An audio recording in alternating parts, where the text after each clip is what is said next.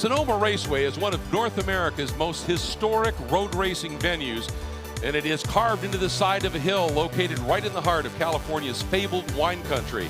Just a short drive south, you cross over into the equally fabled and legendary tourist mecca of San Francisco. Hills and cable cars, chocolate and seafood.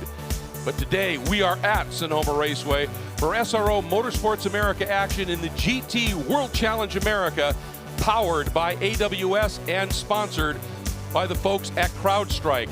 And we are looking forward to this one unfolding, folks. It's a glorious day, a beautiful venue. Welcome all. I'm Greg Creamer, joined by Calvin Fish, Ryan Marine, down in the pits and on the pre-grid for us. Really looking forward to this one unfolding here. Great to have you with us in this absolutely beautiful day. And looking forward to this one unfolding, Cal, no question about that. It should be exciting. And yesterday's race produced a couple of firsts. It did. First repeat winner of the year with the #1 car from Squadra Corsa. And with that, they get the Pro-Am lead with a 10-point swing. So that was a big day for them. And one of the things that we've been seeing throughout this weekend is, even though this is due to the COVID pandemic and travel restrictions, a little bit smaller field than we'd like, it is closely packed on that grid. They are ignoring social distancing rules completely in terms of time. It's really tight, Greg. When you look at that grid for the pros, I mean, there's only half a second separating the teammates from DXDT Racing. Ryan Dalziel on the back of the grid is only half a second slower than his teammate Colin Brown. Well, guess what? Yesterday, Ryan Dalziel found pace. He had the fastest lap of the race. It could produce some fireworks here today. Well, and the guys that are now chasing Baptista and Fuentes are Colin Brown and George Kurtz. And George is with Ryan.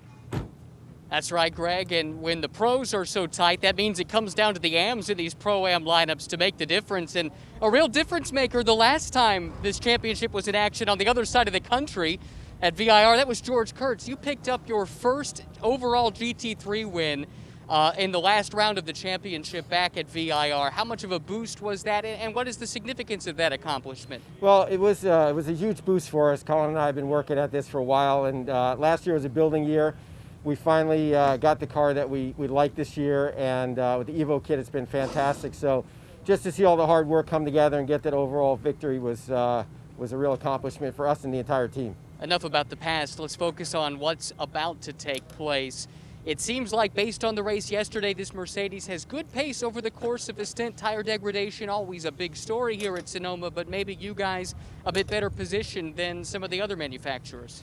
Yeah, I mean, the car's been good. It's like anything else. It's hard on tires here at the track, and it's super hard to pass. And we have decent speed, but it's a hard car to race just the way it's configured. But we're going to do our best. Colin did a great job, put it on pole for our class, and you know, he's one of the best guys out here. So I feel confident that we'll have a good showing, and we'll see what happens at the end of the race. Good luck. Thank you. Yeah, it's going to be interesting in that hard to pass. Well, for the team car, Ryan Dalziel in qualifying on Saturday struggled a bit, but he had fast lap in the race yesterday, but it's going to be difficult to get to the front here at Sonoma.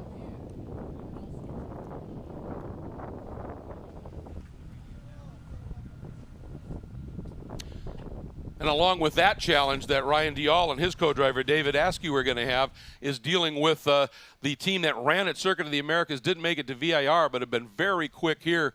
James Afronis, Jerome Bleekemolen, and GMG Racing. Yeah, great to see them back on the grid here. 8-car entry here for GMG, so they've been very busy in preparing for their home race. And once again, they are very much in the thick of things. Afronis ran in the second position early, had that little bobble, and that cost him the position. But Jerome Bleekemolen, one of the top GT pilots globally, so you know he's going to put on a show here at the start of this one. And there you see that beautiful carbon black DXDT Racing Usulco entry of Ryan Dalziel will be the starting driver, turning over to David Askew. And they really have been chasing things a little bit, but boy, did Ryan find speed yesterday. He did. They just couldn't get the understeer out of the car, where the front end will just not respond. And what that then does is give you high tire degradation when you're really working over one end of the car versus the other.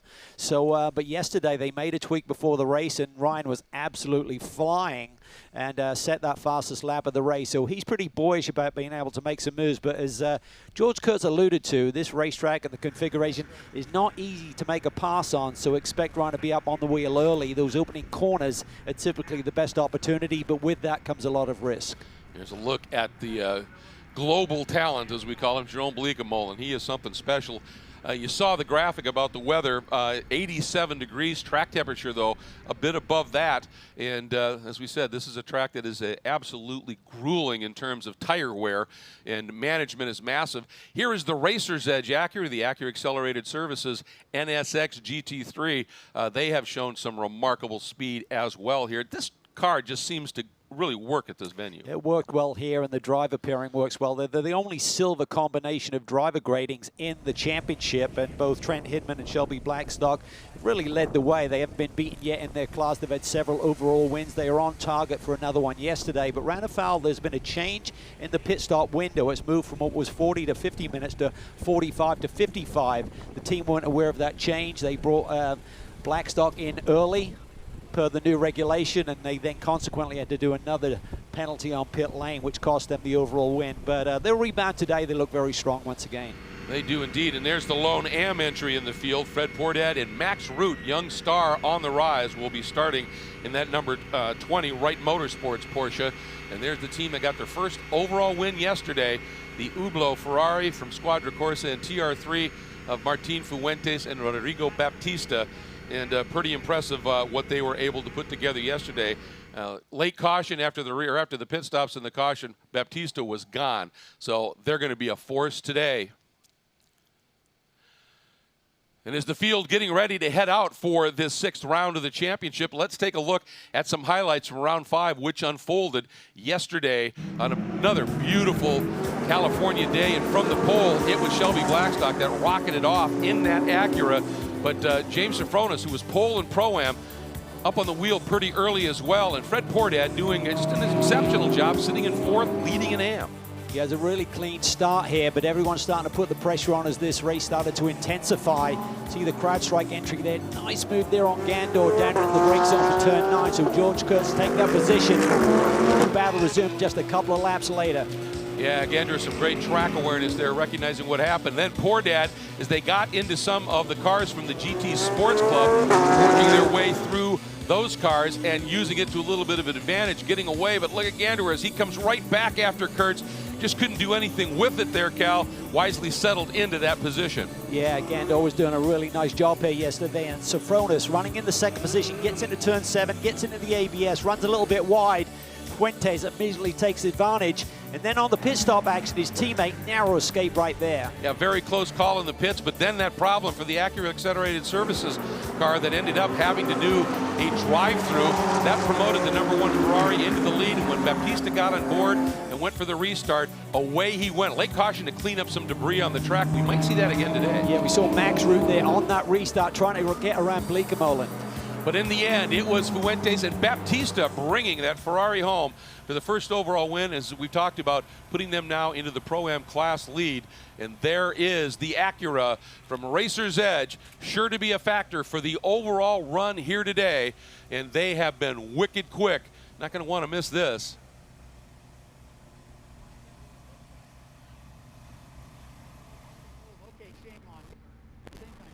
Everybody's starting to get their game face on at this stage.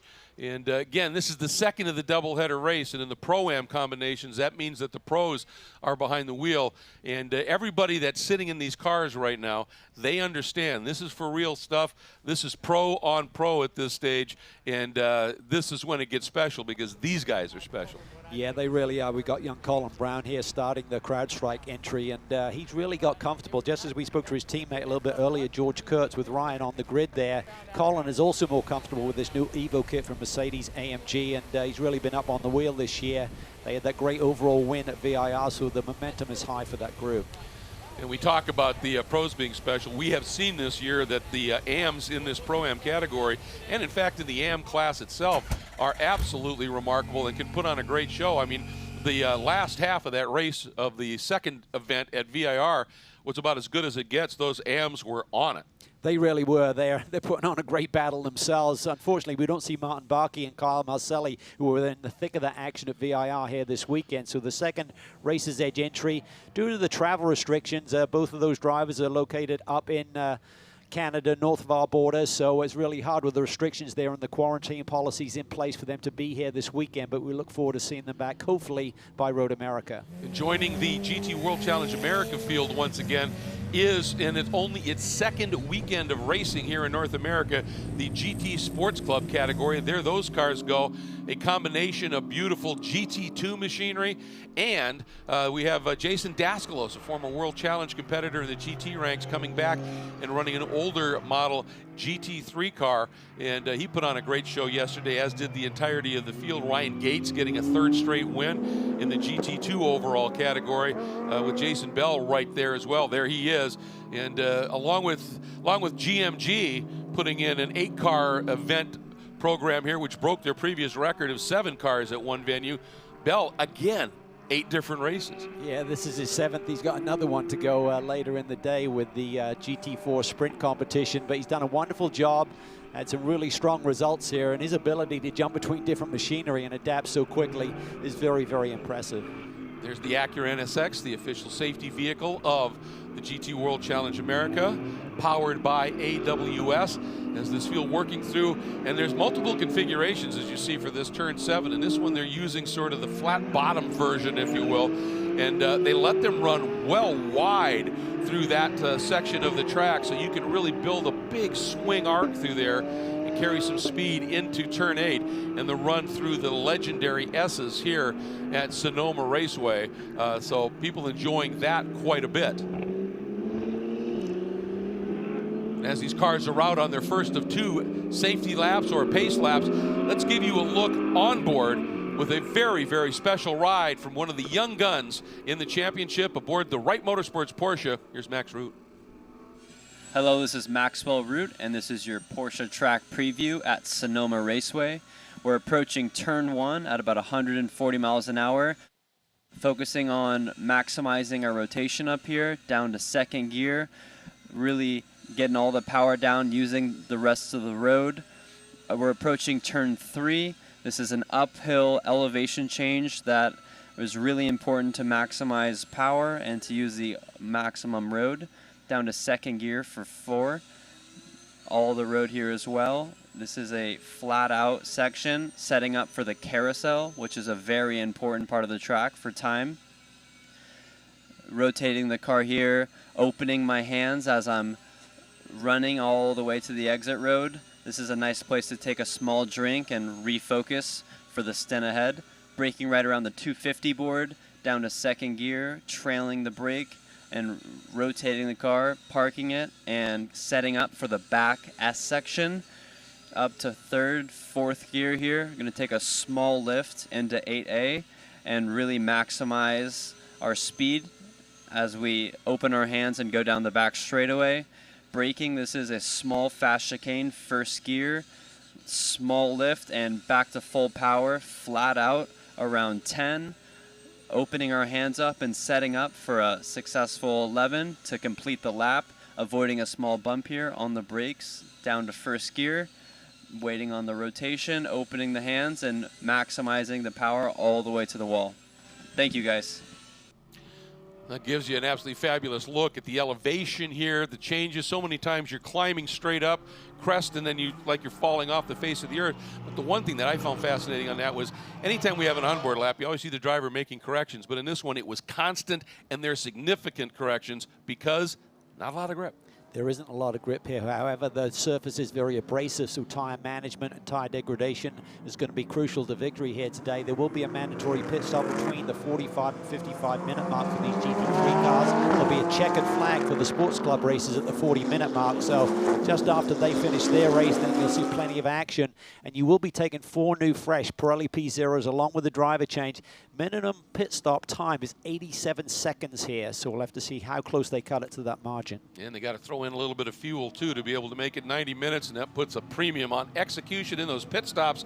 But now it's start time execution as Trent Hinman leading the field up and getting set for the start of the 6th round of the GT World Challenge America Championship, powered by AWS, looking for the green flag, and it flies. We are racing, and Hinman jumps into an immediate lead, but a great launch as well by Colin Brown, and side by side coming up the hill. That is Baptista on the inside, and Max Root looking racy around the outside, Cal. Yeah, big move from Max Root from row 3. He's already up to the 4th position, so that young man very much up on the wheel here this weekend. Here's our GT Sports Club competitors as well, getting their green flag as we go back and watch Max Ruud working down through the track. And this is a great comparison for Max, because last year, that car was run as a Pro-Am car, and Matt Campbell had that car on overall pole for the second of the doubleheader races. And for Max Ruud, as a rising star, to have this kind of a start, it's comparing pretty well. It really is, and it's great for him to compare his skills against an experienced veteran like Jerome Bleekemolen in front of him in that GMG Racing Porsche. Side by side between the two Ferraris. Baptista just hanging on, the win yesterday. And it took him a little bit of a while to get up to speed, but watch that Hublot Ferrari come to life. Ooh, big twitch there. That's Jeff Siegel in the second of the Ferraris, the TR3 entry, the TI Capital machine. And right behind him is Ryan Dial. And look at the speed Ryan has carried out of those S's. He's got to run.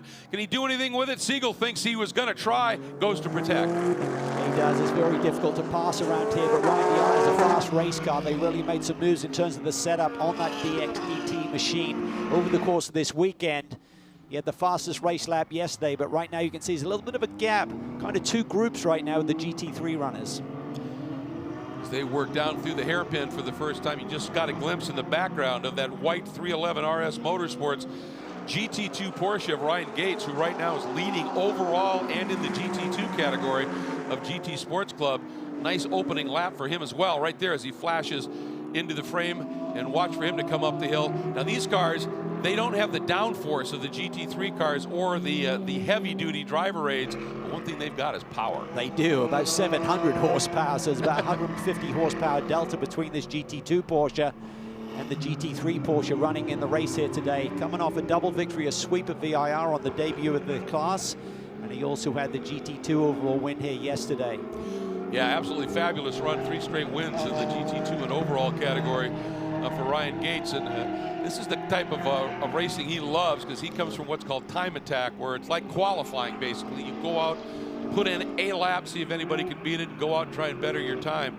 And that's kind of how he drives his races, and it works for him at this stage. It's a good look at Jeff Siegel in that TI Capital machine once again from TR3. Ziad Gandour, who's made his name with a great run at Ferrari Challenge North America last year. Tied for the points at the end of the season in his class. Lost it on a tiebreaker. It was that close over a very quick driver. And Ziad showing that he's pretty quick here as well.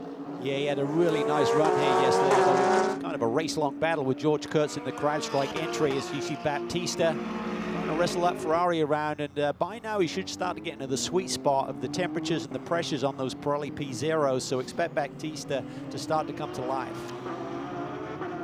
Yeah, it's a car that I think you mentioned already. It seems to come in a little bit later, but that means usually it's better later in the run as well. And Dial watching the battle between these two Ferraris. And up front, just again on Max Ruud, as we see Trent Hinman here come through, chased by Colin Brown, and he's been able to open up almost 2 seconds on Colin here.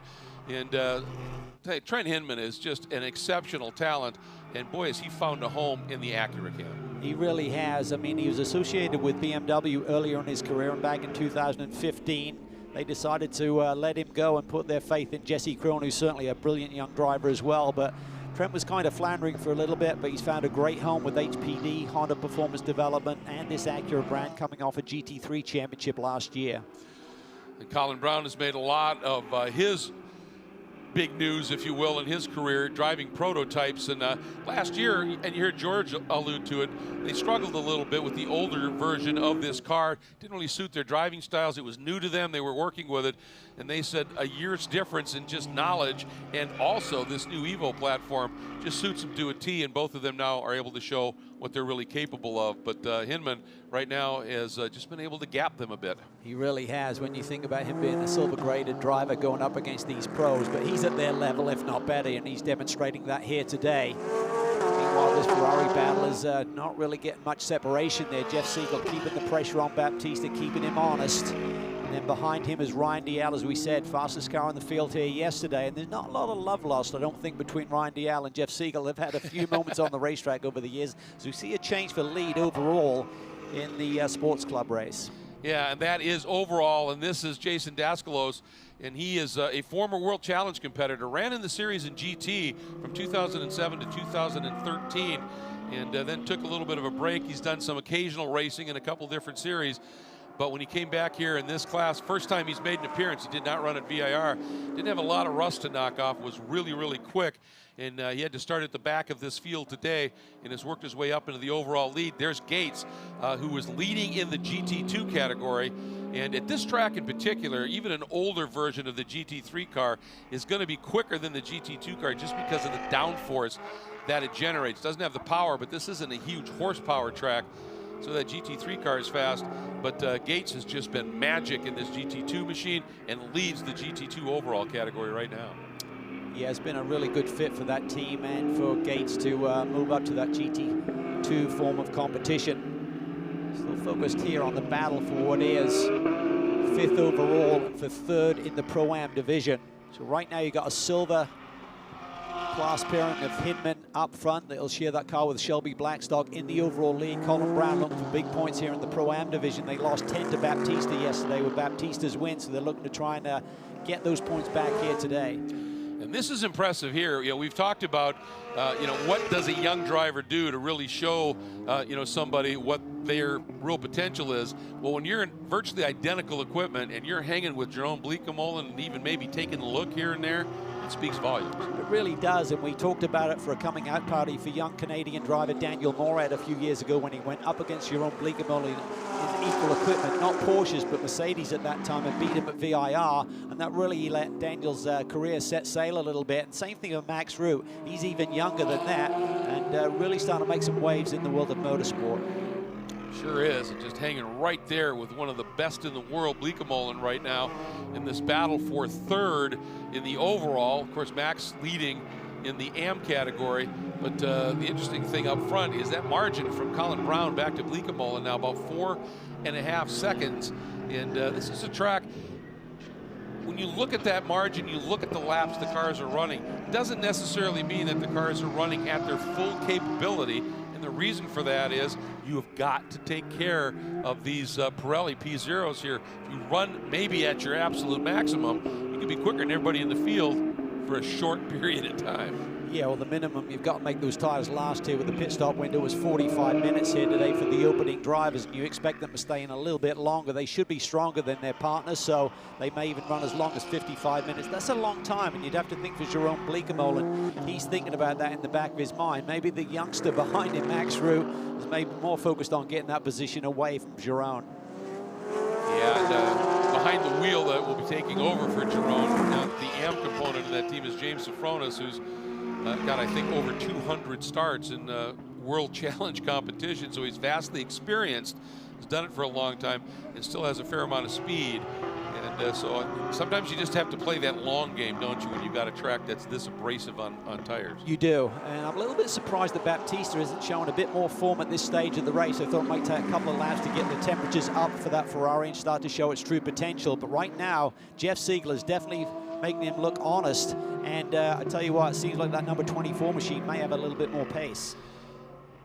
Yeah, Gondor was quick early, but when Jeff got in the car, it looked like it just wasn't quite there. And of course, all these teams are going to be tweaking on the equipment and refining setups and the like overnight here to get ready for today. And so every once in a while, you just find something, you make a change, and sometimes it can go the wrong way, but when it goes right and you find you've got a better weapon, and that smile spreads across your face here, and especially a track like Sonoma.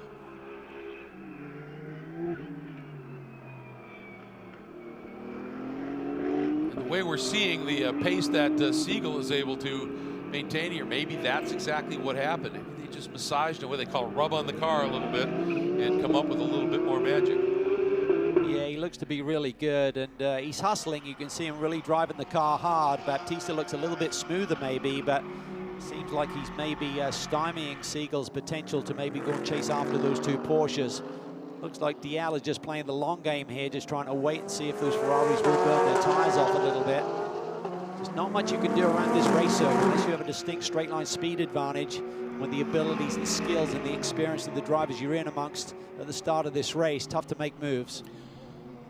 Well, and it's compounded, isn't it, a little bit by the fact that these GT3 cars are so aero dependent, and you get up behind somebody and you can run them down, then you get behind them and you lose some of the air on the nose, and the car wants to push a little bit, even on a track with lots of grip and it's not abrasive, it will overheat the tires a bit. That's exaggerated here, isn't it? It is, and the key is balance in a race car. You're always looking for that for a driver to really be comfortable.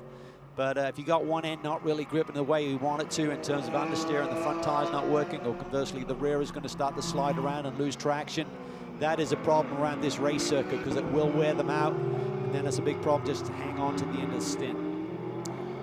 Just saw the images of the two drivers in that Hublot Alpha Prime Ferrari, and in a way they're sort of the odd couple. Both of them are wickedly quick, there's no question about that, but in terms of personality they couldn't be more different. But boy, when those helmets snap on, they became almost the same character, don't they? They do. It's pretty fun to see personality outside the cockpit versus when they get on the race circuit themselves. But look at this, Siegel is really putting the pressure on Baptista. Be tough to roll speed through the middle of 7 and get it to the inside soon enough to make it stick. But look at Dial, he's alongside Siegel here. So Siegel struggles to find a way by Baptista. It's opening up the door potentially for Dial to make a move. Well, Siegel looked like he was going to try and do something there. And you can see that little wiggle at the front. The front just gave up a little bit as he asked, as you said, a little bit too much of that front end and slowed his momentum. And there came Dial trying to get up on his shoulder. He's right there. He's certainly trying to figure out the solution to this puzzle of the two Ferraris in front of him. And I'd have to think that he seems to be hanging on with ease right now, Dial. So maybe if he could clear the Ferraris, he'd be able to show a little bit more lap time. And when he drops off a little bit like that, it doesn't take him long to run him back down again. But Siegel floating a lot of speed here up the hill, but Baptista up to it. And nothing that Siegel can do at this stage. And again, this is a fierce battle unfolding for 5th overall right now as they head up the hill into turn 3 and 3A. Trent Hinman just lap after lap, easing away a little bit and stretching that margin out to 4.5 seconds now over Colin Brown. Hinman in the silver category, of course, and he'll turn it over to Shelby Blackstock. Colin Brown leading in the Pro-Am category, but this has been the battle that's got everybody's eyes focused, and it's Baptista leading Siegel, leading Dial. Let's get down to Ryan Marine with an update on that Ferrari. Certainly, Rodrigo Baptista has been quite vocal on the radio, complaining of a general lack of grip, not front or rear, but just a general lack of grip. And the team thinks that they just missed on the tire pressures a little bit. And perhaps the good news here is these pit stops, there's not a whole lot you can do in terms of adjustments, but you can certainly make a tire pressure change when you put the new set on. So they've got some plans in mind, and they think they might be able to get that thing dialed in for Martin Fuentes when he gets strapped in a little bit later. Well, it's going to be interesting to see how that unfolds, and both of those cars are actually run by the same group, TR3, the Squadra Corsa Hublot Ferrari, and the entry that is chasing him, the TI Capital machine. Oh, in a moment here, this is one of our GT Sports Cup competitors. A little bit of contact there. That's the Kyle Washington in that white number 32. Lost it, Cal, and got into the side of Stu Frederick. Yeah, two teammates there, and he's stranded in a very precarious position. I'd have to think we're going to see a safety car come out for this one. Quite a big hit, in fact. Yeah. So coming up through that high-speed turn 1, just washed out wide, got in the dirt, and collected his teammate. Well, the stewards, and again, will give every opportunity to a driver to see if he can restart the car and get going. But sometimes it's not so much a matter of restarting if there's some damage. So we'll have to see, but they'll give him the opportunity. But I agree with you. I sure would be surprised to see a yellow come out here. And unfortunate, the two teammates coming together. But Kyle Washington, again, he did not run at VIR, so this is his first weekend, and both of the cars have remained right there. So I would suspect, yep, and here it comes. Safety car is called for. And here's another look at it, Cal. Yeah, just bounding through the dirt. You see the wheels are turned, but no one's home in terms of you're in the air and in the dirt. Just got zero grip. Just gets into the side of Frederick there. So big damage to both of those GMG Porsche machines, and that will really negate all of that cushion that Hinman had built up to Colin Brown in these opening laps. And the concern that I would have is as Washington came bounding back onto the track, he had full lock on those front wheels. So the back of that front tire was completely turned and exposed. And it looked like it got right into that same wheel well on Stu Frederick's car. So could have damage to the front corners of each of those cars. Yeah, I don't think we're going to be seeing much further action. There's Shelby Blackstock on the radio, just look like he may be communicating with his co-driver Trent Hinman here, telling him exactly what's going on. And Hinman was in a league of his own. He had a fastest lap about 9/10 clear of the rest of the field, so he is really absolutely flying in that Racer's Edge Acura NSX GT3 machine. But now he looks in his mirror, and Colin's going to be right there again. Yeah, absolutely. Well, while we're gathered up here under the Acura NSX, the official safety vehicle of GT World Challenge America, powered by AWS, let's check in with Ryan. What kind of updates are you hearing from pit lane? Well, I know we were wondering about what happened with Jason Dascalos at the start, and it turns out he was late to the grid and actually had to start at the back. It didn't take him long to carve his way back to the front of the sports club field. And this caution actually is what the team wanted, because believe it or not, they really want to try and mix it up with the newer model GT3 cars. They think they've got the pace to hang with, and we kind of saw that on display yesterday. And so in speaking to the team, they felt like a yellow would be really nice because they wanted to show their stuff going up against some of the newer cars. They think they've got the wheelman to hang with those guys. Oh yeah, Jason Dascalos, when he was running World Challenge in the GT category, most of it in his own team in Vipers. He did 1 year in a Nissan with CRP Racing and Nick Short's team, but he had wins, he had lots of podiums, and was always very, very quick. And yesterday, he was able to hang with the back of that GT3, the actual World Challenge America field, and did a very nice job of it. So it's going to be a little bit of a protracted caution, I think, as they are going to be getting the both cars loaded up and out of there. And if they do have broken components, they're going to have to get them up on tilt beds, and that can take just a little bit of time. So the field's going to be chasing this Acura NXS safety vehicle around this track for just a little while here at Sonoma Raceway. Beautiful afternoon. This coverage is brought to you in partnership with Acura, with Bentley Motorsport, and with Ferrari.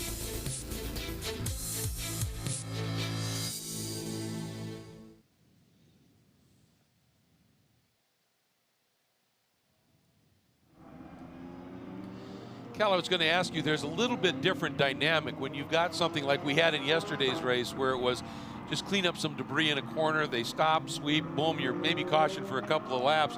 If this one drags on a bit to get these cars removed, what does that do relative to a shorter caution period in terms of the driver's mental state? Well, I think the big factor is how close you're getting to that pit stop window.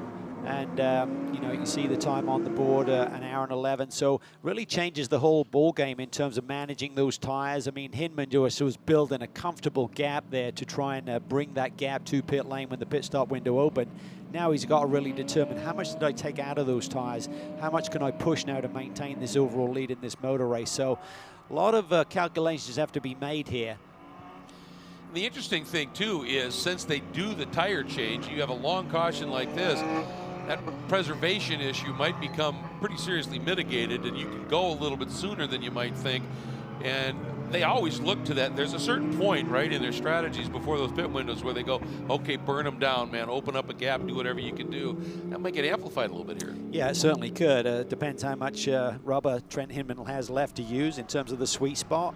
And then for the others, with this little reset, cool off the tires a little bit, give them a chance to breathe, and then also, okay, you're taking time off the clock as well, so it could be hammer time. And you know, for Ryan Dalziel, he's really looking at this restart as an opportunity to try and get around one or both of those Ferraris.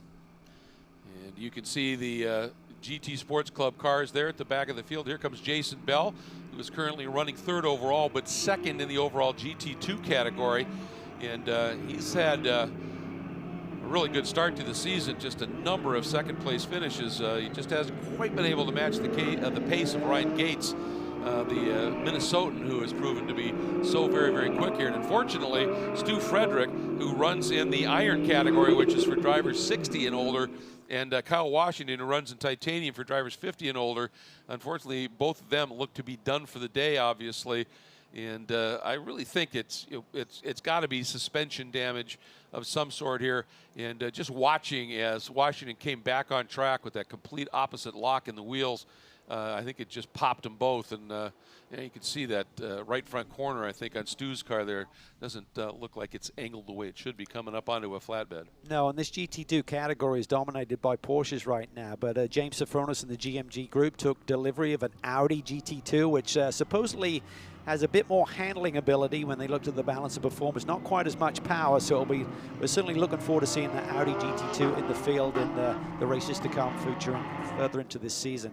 Yeah, it's very early in its North American run. However, hugely popular globally is GT Sports Club. Caution continues as Hinman and the rest of the field following the Acura NSX safety vehicle. And obviously, time for everybody to regroup a little bit. The good news is not hurting the tires at this stage. And it allows everybody to maybe think about what do we do when we get back to green. And of course, that's going to depend on how much time you have when you go green between that green flag and that pit window. Yeah, and looking at it, you're looking at about 23 minutes right now. So probably no more than 20 minutes, probably less than that to when the pit stop window opens. But we do expect a lot of the pros to extend their run a little bit further. Well, we have this opportunity under caution. Let's take another look at the green flag as it flew. And there you see Hinman immediately into the lead. Colin Brown looking at it here, but a very, very racy young man in Max Roux working the outside of Rodrigo Baptista and sneaks around him, Cal. Yeah, from 6 on the grid, immediately up to 4th and putting the pressure on Jerome Bleekemolen in the GMG racing machine. Then you see Dascalos trying to cut through the field. And then this moment here between the two GMG GT2 Porsches. Both cars should probably see no further action today. They're up on the flatbeds. Yeah, and you could see it was a hard enough hit that it broke the left front corner and the car of Washington right away, and it was hard enough hit that it popped the door open. So, I mean, there was some torque that went through those cars, but that's the other component of it. GT Sports Club, it's bronze-level amateur drivers. You know, a lot of the cases, it's the successful businessmen who have, been able to build a business up, and now they get out, and this is their passion, their hobby, and they get to have fun with it. And so part of the entire concept of the GT Sports Club, the GT2 cars in particular, is not just fast, not just great fun to drive, but incredibly safe. Yeah, it is, and it's just a great experience. We're seeing some past competitors from the World Challenge era, like Dascalos returning, and for others, it's really just been a bucket list to drive a car such as a GT2 Porsche with 700 horsepower, and certainly on some of those beautiful circuits that we see in North America, like Sonoma Raceway. And of course, with the COVID pandemic and the protocols that have to be in place to be able to come back to venues and go racing with social distancing, mandatory mask wearing, the teams acting as a separate cell, etc., it has made it difficult to do the other component of GT Sports Club, which is truly the club part of it. And we're not talking about club racing. We're talking about hospitality and just that experience of coming to the track. And you get, not only to drive these amazing cars, but then you can go to the hospitality area. The family comes with you. It's just top-notch all the way. And when that is allowed to happen again, I think just the lure of driving these cars and the whole program together, James Afronis in particular says he really thinks the future of Sports Club is still massive. He does. He's got a lot of people on the sidelines waiting to see how this season goes. I think we got through a brilliant event at VIR on our restart last month, and I think everyone was curious to see how that would go with all of the safety protocols in place. I think SRO and the whole staff there have done a tremendous job to really make all of the competitors feel that they're coming to an environment at the racetrack that they can still enjoy, but do it in a safe way. So taking time away from your families, and families are reluctant to see their dads and husbands travel under these unusual circumstances that we're all living in right now, but everyone's doing it the right way, and certainly when you get to the racetrack, it's a great relief to finally get behind the wheel of one of these sensational either GT3 or GT2 machines. Yeah, absolutely, and the interesting component is when it happens, it's absolutely a joy to watch the speed that these drivers can produce in these GT Sports Club cars, and that just lights the fuse a little bit too. You know what? If it does blow up like that, Afronis and his logistics guy, Joe Foster, are going to have to clone themselves. He's already running 8 cars. Well, to run 12, 15 cars, it's going to be a big one. Let's get down to the pits, check in with Ryan. What are you hearing? Well, one of the stories coming in was how Racer's Edge would bounce back from the disappointment that they experienced yesterday. They were dominating the race before the issue that you guys talked about on the show earlier with the moved pit lane window for those pit stops. They came in too soon, ultimately had to make an extra pit stop, and that really cost them in terms of overall finishing position.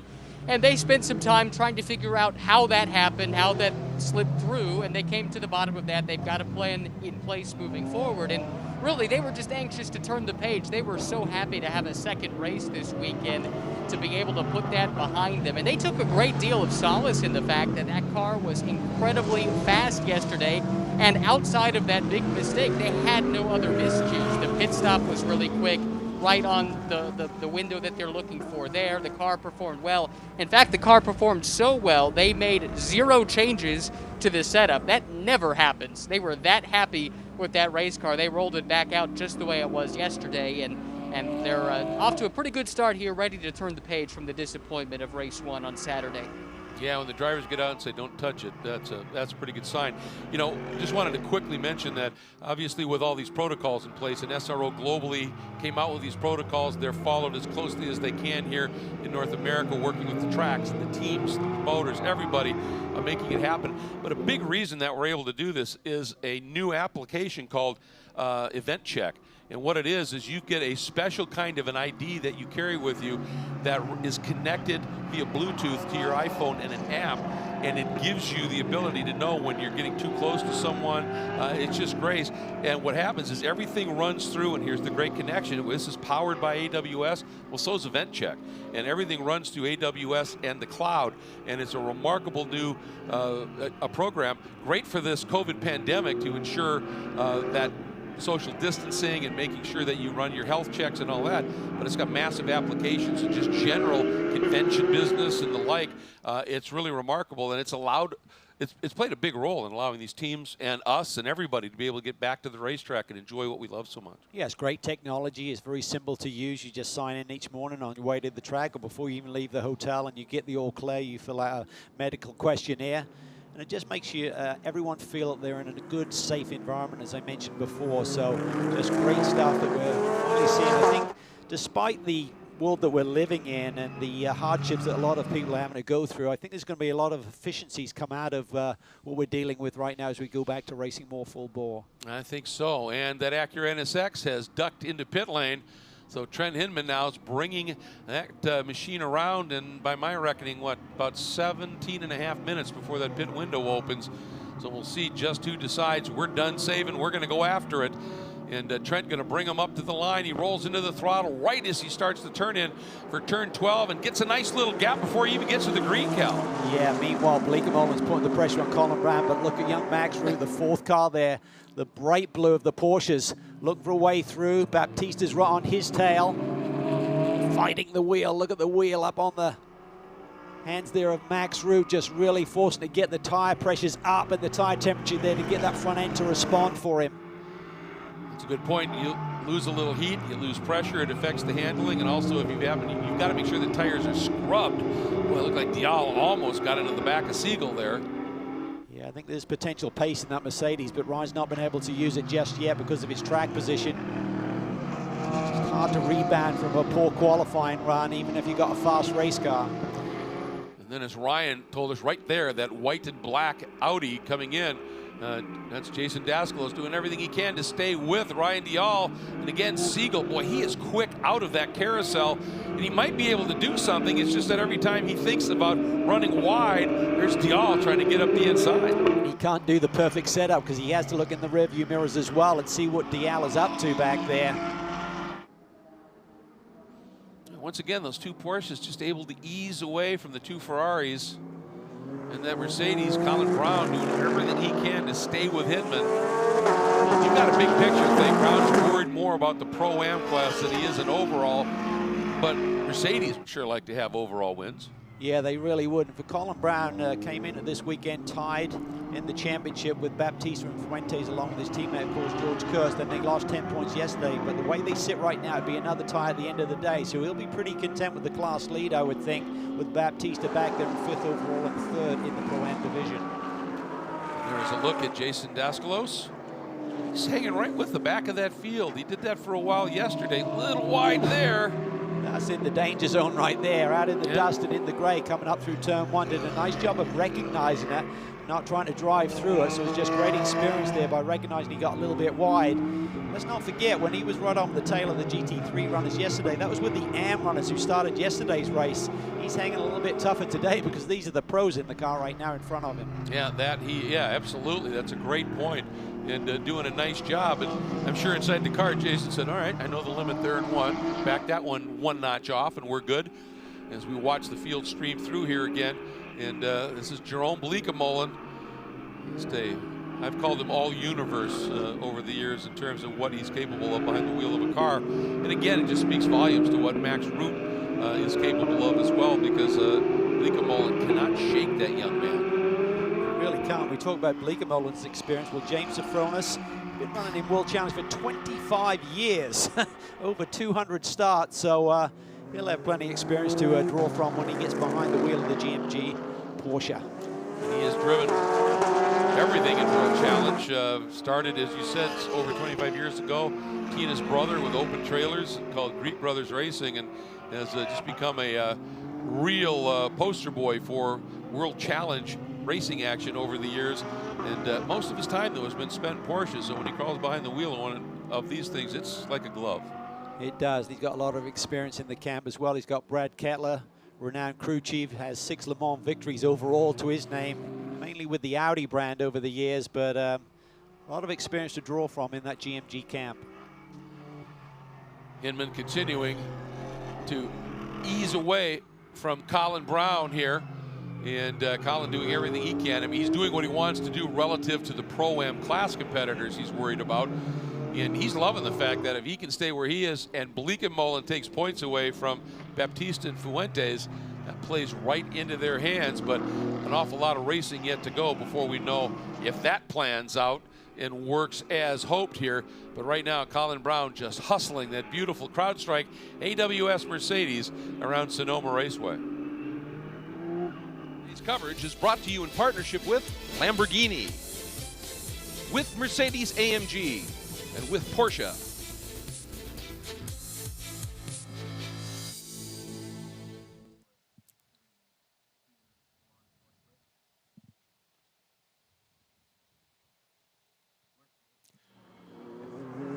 And as we're watching Trent Hinman, his last lap count was a 1:40.48, bronze, a 1:41 flat. So he's still able to lap 3 to 4 tenths quicker right now than Brown. Yeah, there's kind of 3 divisions in terms of the speed right now. You got Hinman up front, then Colin about half a second off, and the rest of the field about a second back from Hinman's pace. So doesn't make for the feistiest of races up front, but it's certainly fascinating to look at those lap times. Then when we get their co-drivers in to see what sort of pace they can operate with. Well, this time by taking a look at it, and yeah, not a lot of change there in terms of those times and those windows. But, you know, as you said, behind Hinman and Brown, you've got a couple of great battles here. And it's just this chess match between Bleekemolen and Root right now. And then a few seconds adrift to them is that great battle between the 2 Ferraris of Baptista and Siegel and the Mercedes of Dial. Well, Hinman's on his first visit here to Sonoma, and so is Jerome Bleekemolen. Really enjoyed this racetrack. He made some comments on social media this weekend. First time here, absolutely loving the place. Was immediately towards the top of the timesheets, which you'd expect. But right now, he can't shake that young man, Max Root, who's kind of keeping him honest there. So it's about a second back. Well, this is one of those tracks, I mean, I think when you think about a driver's track, this certainly falls into that category, doesn't it? It really does. I mean, you've got to really finesse the car around this racetrack. You have to attack it at certain points, but it's all about managing the tires and feeling the grip. With a track that has elevation change like this, I really feel it's a lot more difficult to learn for the first time when you can't really see the sight lines exactly as you should. And when you got blind corners, I just find that those racetracks are, during the course of my career, a lot more difficult to really get your arms wrapped around.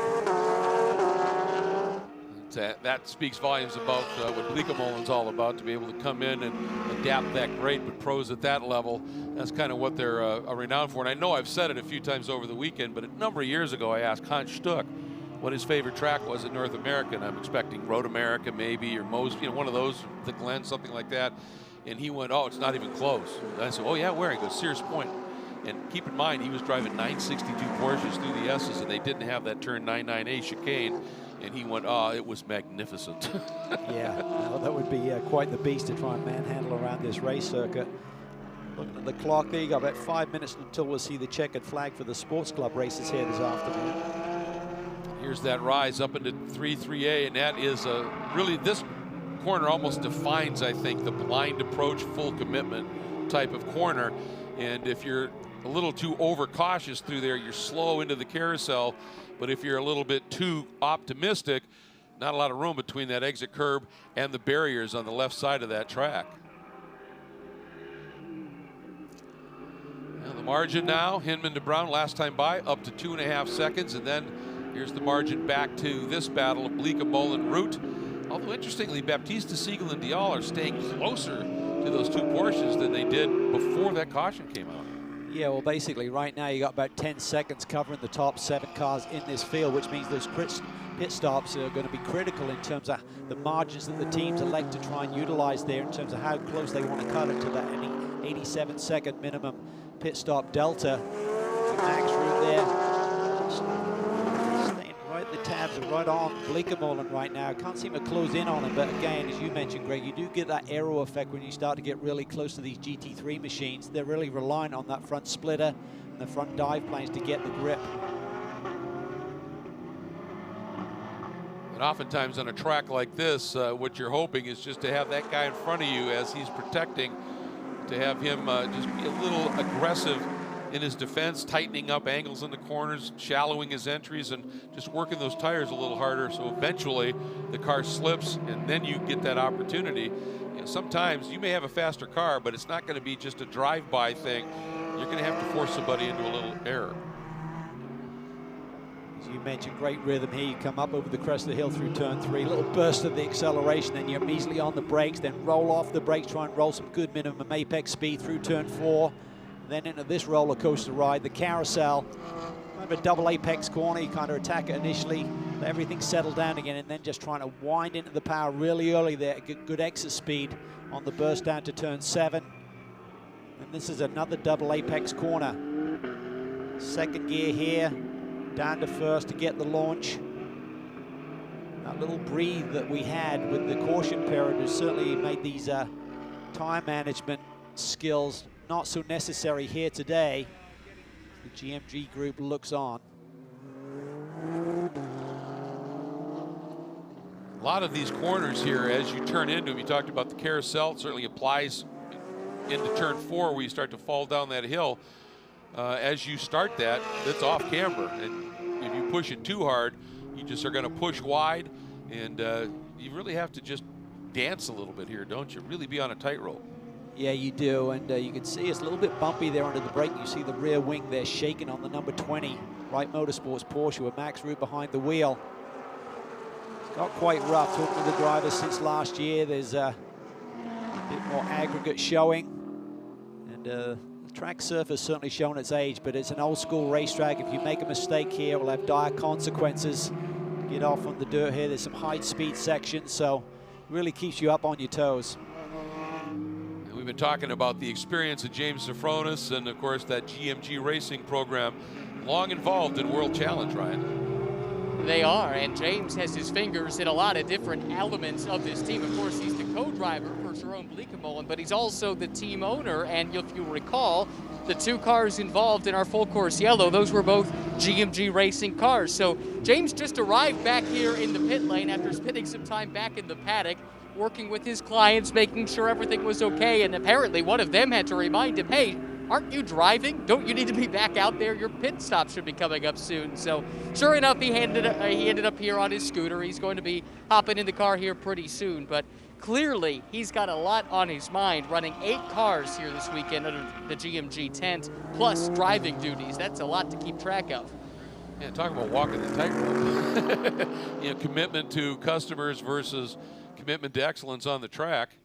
Yeah, he's the ultimate multitasker, and he says the customers come first, and probably when he gets behind the wheel, it's a good chance to actually relax and get some enjoyment out of the weekend. It can be very stressful when you're trying to take care of all of the customers' needs, but Jason Dascalos has done a really nice job here as he looks for his 2nd victory on the weekend, leading overall in the sports club division with this GT3. It's an older era evolution of the GT3 Audi. Maybe getting pretty close here to getting the checkered flag this time by. Yeah, it's true. 40 minutes the length of these GT Sports Club races, and yep, I think the checker is going to come out for the second straight day. He is going to get the overall win and the overall GT3 win. Just a remarkable performance once again by Jason Dascalos, this time having to come from the back of the field after having a glitch and getting to the grid late. But Ryan Gates is going to be the guy who once again gets the win in the overall GT2 category, and that will be his third straight win of the season. And Jason Bell will end up second in the GT2 overall category, running third in the race overall. So keeping his streak of top twos intact. Yeah, for Jason, he can celebrate the new sponsorship from Guzman Construction Solutions. So a great day for everyone involved. Yeah, he was very happy to add that partner this weekend, and happy to let everybody know that that in fact unfolded. So congratulations, Jason. Great run today at Sonoma.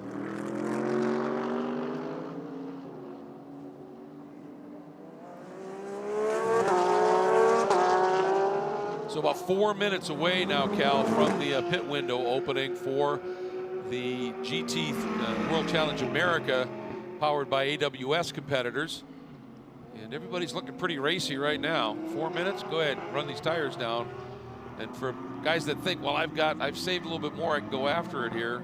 Now everybody's going after it, and you just can't do much. Yeah, I think the key is that with the pros starting the race, they'll probably extend that towards the back end of that pit stop window, so you could potentially see these guys staying out for about another 13 minutes here to try and maximize their speed before turning it over to their AM partners. Of course, the AM partners will get different set of Pirelli P0s. They can use the tire warmers now, so they should be up to speed pretty quickly.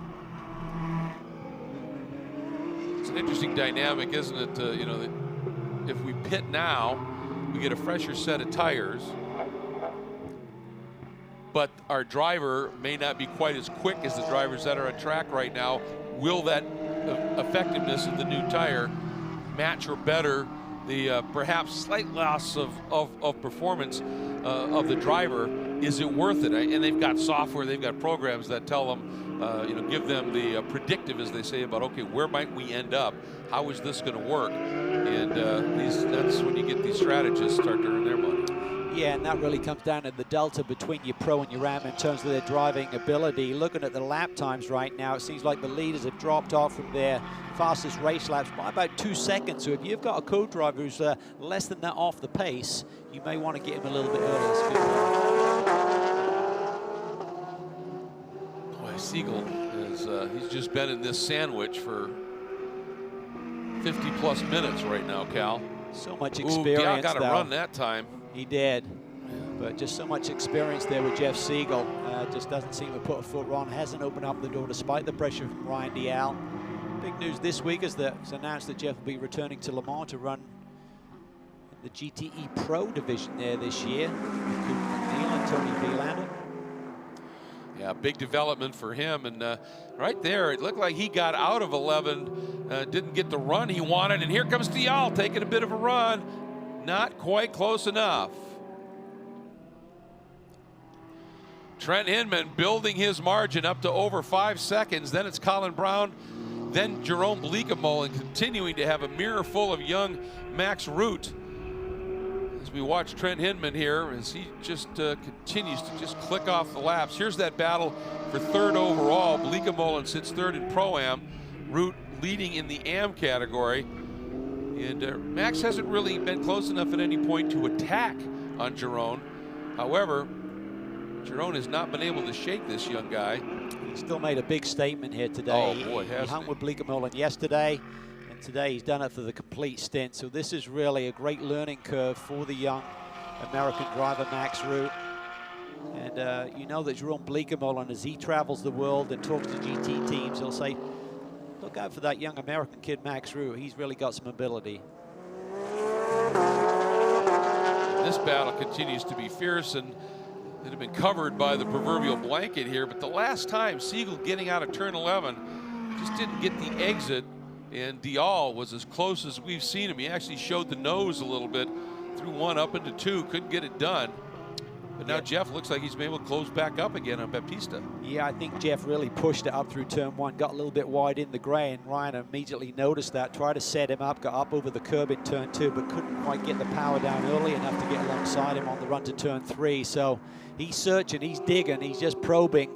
It's been a long stint to try and figure out a way and an answer to the question of how do I get around that Ferrari.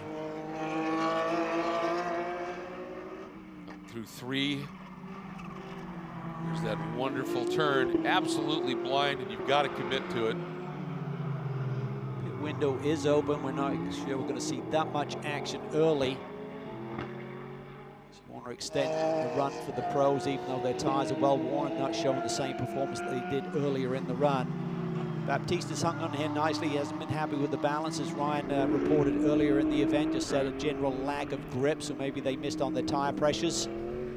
But it's all about just managing that, hoping for a bit of a reset. Maybe if you get a yellow and you get Martin behind the wheel, maybe you can try and chase down the other drivers out there. George Kurt's going to take over from Colin Brown in the crowd strike entry. Can Martin Fuentes try and chase him down and reverse the position? Very critical right now in the championship standings.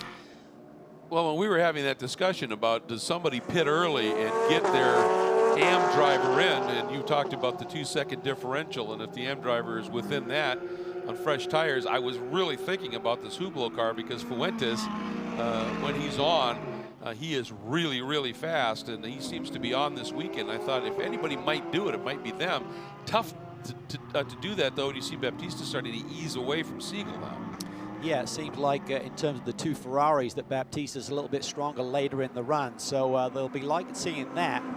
Put too much pressure on the same team to have the cars come in at the same time and put it down to the crews for who's going to gain the position. But Baptista is not exactly stroking away here. He's still got that Ferrari filling his mirrors. And then there's Dial. He's just there. He's fast. And you do sort of get the impression that if Dial was able to get by, he might be able to open up a little bit of something, but catching him and getting past him, it's the old cliche in racing, but it's born from fact, isn't it? It is. You don't know what running in the dirty air has done to his tires as well. I mean, he may be struggling a little bit with the understeer that he didn't like in the car earlier this weekend, and you're just coming off these long duration corners like the carousel. The air's not getting to the front of the car. You just haven't had even a degree or two more steering input, and that just takes the life out of the tires a bit sooner. These big arcs through that turn 7A complex. And there's a point of diminishing returns. You go out too far in that arc, and now you're just using up way too much racetrack. You're making it too long a run through there, so you've got to find that balance. These guys certainly do that. Meanwhile, here comes Hinman once again, putting another lap in. He's got that margin up to about 6 seconds over the field.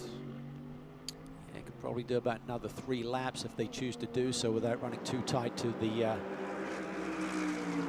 window. Came in early yesterday, didn't get the message in the communication or weren't able to find it, and came in on the old pit stop window, which was 40 to 50 minutes into the race, so looked like they'd executed everything perfectly in their eyes, and then they got the note. Guess what? You got to come back down pit lane. Devastating blow to their overall victory chances. Absolutely, and the irony, as we mentioned it yesterday, was it was a superb pit stop. It just happened about 5 minutes too early, and it cost them dearly. But sometimes these things happen, I suppose. Colin Brown is doing what he wanted to do. I mean, he's been able to build that margin up over Bleekemolen to the better part of 7 seconds. And from route back a little bit, there's a big margin there as well. So right now, I would say, certainly in terms of Pro-Am, these are the guys that are, nice little drift there, that are in the driver's seat, if you'll forgive the pun. And you know, when he turned over to George Kurtz in the lead, that VIR happened to be the overall lead at that point, but Kurtz was up to it. He was, and it was great to see, and I think it was a big confidence booster for the whole group and for George Kurtz in particular. He's really starting to find his stride here now, as he mentioned to Ryan in the interview before the green flag today. He just really likes the Evo kit. It's got a lot more of a comfort factor for him. And right now, there's no tire saving going on. They're going to basically discard these Pirelli P0s after this stint. Put a different set of rubber on for the co-drivers here. So all of these drivers are going to be digging deep in the last few laps before they hit pit lane. Yeah, and Brown actually ran, he had last lap, he was on the exact same pace as Hinman this last one now. He lost a little bit of time once again, but as you said, there's no saving. They are up in the ante and going after it as hard as they possibly can. As 5 minutes left in this pit window. These guys will take it, as you said, so a couple more laps maybe even before we see these guys come into the pits. See the elevation change there as you drop out of turn 4, then it starts to climb and crest the hill right there. Just searching, trying to find your line and find the grip in the front end of the race car this late in the going. Bleekemolen has gapped Max Root a little bit later in this run, so maybe the youngster did use his tires up a little bit earlier in that chase of the GMG Porsche. And that's all part of the learning curve for somebody like a Max Root. Just immense natural talent and raw speed, and then you hone your racecraft. And there's something to be said. You know, you need to be just fast. I mean, that's got to be just sort of innate. But it's experience plays such a role in success in racing. Well, it's a lot easier to slow someone down than speed them up. Yeah, that's a good point. So if you got the pace, that's what their teams are looking for at an early stage of your career. All right, here we go, 9. Chicane. Max called it a fast chicane, and but it was a first gear, and I think what he was really referring to was that it's a quick flick. It's fast through it because it's a short turn in, turn, go kind of a chicane. And it's one of those parts of the track that if you get it wrong, it can mess you up just a little bit. Everybody, that first turn in, the right-hand part of it, everybody thus far has been really good about not getting to the backside of that curb and bringing a bunch of rock and debris up onto the track. Happened yesterday.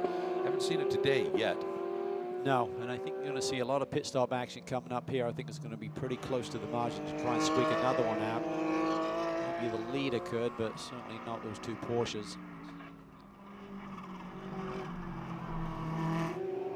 So you hear the little birdie sounds coming out of those turbos as they lift off the gas pedal for turn 3. Chirps. Yep. A little bit of that, it's the wastegate. Hear that little sound? Dial there, he just hasn't given up. Yeah. He's got to be sick of looking at the back of that Ferrari. You would think. Bleekemolen arcing through 7 here. And yeah, we're getting right down to it here in terms of this window.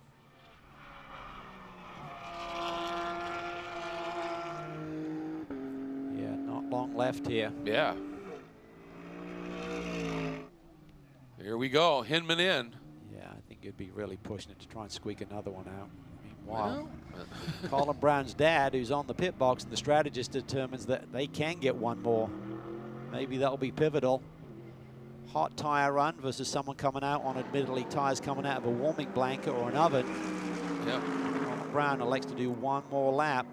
Be down at the wire there in terms of hitting pit lane. You don't have to have the service done by the time the clock hits 35, but you certainly need to be on pit lane. Well, they're running laps in the 140s, and he crossed that line with 150, minute 50 left, so that's how close it is. Meanwhile, Hinman is in. There you see Shelby Blackstock, and here comes the rest of the group. In comes the number 1 of Baptista, the 24 of Siegel, and there is the GMG machine, Ryan. I'll tell you what, pit lane is a busy, busy place. Driver change underway. James Afronis is climbing into the number 14 machine. They were a little bit slow on that driver change yesterday, and that was a bit costly for them, looking to clean that up. A little bit further behind this car, like you mentioned, it is the Squadra Corsa Ferrari, which picked up the 300th win globally for the 488 GT3 yesterday. And they're hoping to get that thing dialed in after problems with tire pressure, we believe, for Rodrigo Baptista on that opening stint. Driver change still taking place here with GMG, James Afronis. Tires are done before the driver, and they're going to get beat out by that Ferrari. Big pit stop from the Squadra Corsa guys. Yeah, you can see Jerome Bleekemolen kind of shaking his head and was angry, so I'm not sure if there was the delay there and maybe James not being quite ready. Ryan had alluded to that he'd been back in the paddock, and there you can see it. Loses that track position to the Hublo Ferrari with now Martin Fuentes behind the wheel. And Colin Brown makes it to the pit lane with about 20 seconds to spare. So those are the margins sometimes you're looking for to get that overall win. Boy, that was a big leave on the table. 9 seconds long on that pit stop, Cal, for Bleekemolen to Afronis. And look at that, Baptista Fuentes, they're into Joker second range here. That was a stop. Yeah, you got 87 seconds. You can be under it. No more than a second. You're allowed that Joker, as we call it, or that flexibility just one time during the course of the weekend. And him into Blackstock, another great stop. DL, I think he's super close. Looking at the clock now, he's just rolling down pit lane. Hopefully he made it in time. Cutting close. Unfortunately for Siegel, turning over to Ziad Gandour, that one really long. Almost 15 seconds long on that one, so they must have run into some sort of an issue here. See how quick this is. When everything's done and the car just sits like this CrowdStrike AWS Mercedes is, that's a good sign. Means that driver change happened very crisply. Let's just see, with this overcut, as we call it, by keeping Colin Brown out there a lap longer, Shelby Blackstock up to speed. I think he's going to pass the 04 CrowdStrike machine right there. He is on his way. He's got into his rhythm. Tires will be now fully up to temperature and pressure. As George Kurtz now hits the road, everything cycles through. He should maintain second position overall, but critically first in Pro-Am. Absolutely. That stop was 1.6 seconds long. So not bad, but not great. And then Askew in for Dial. Ooh, that's close. Really tight there. Afronis had to get around the outside of him as he's trying to put the pressure on Martin Fuentes. So James Afronis, despite that lengthy pit stop exchange, is up on the wheel immediately, putting the pressure on the Hublo Ferrari for position. This is going to be a great battle here at Sonoma Raceway as Afronis now has to make up for a long pit stop. Today's coverage is brought to you in partnership with AWS, with CrowdStrike, and with Optima Batteries.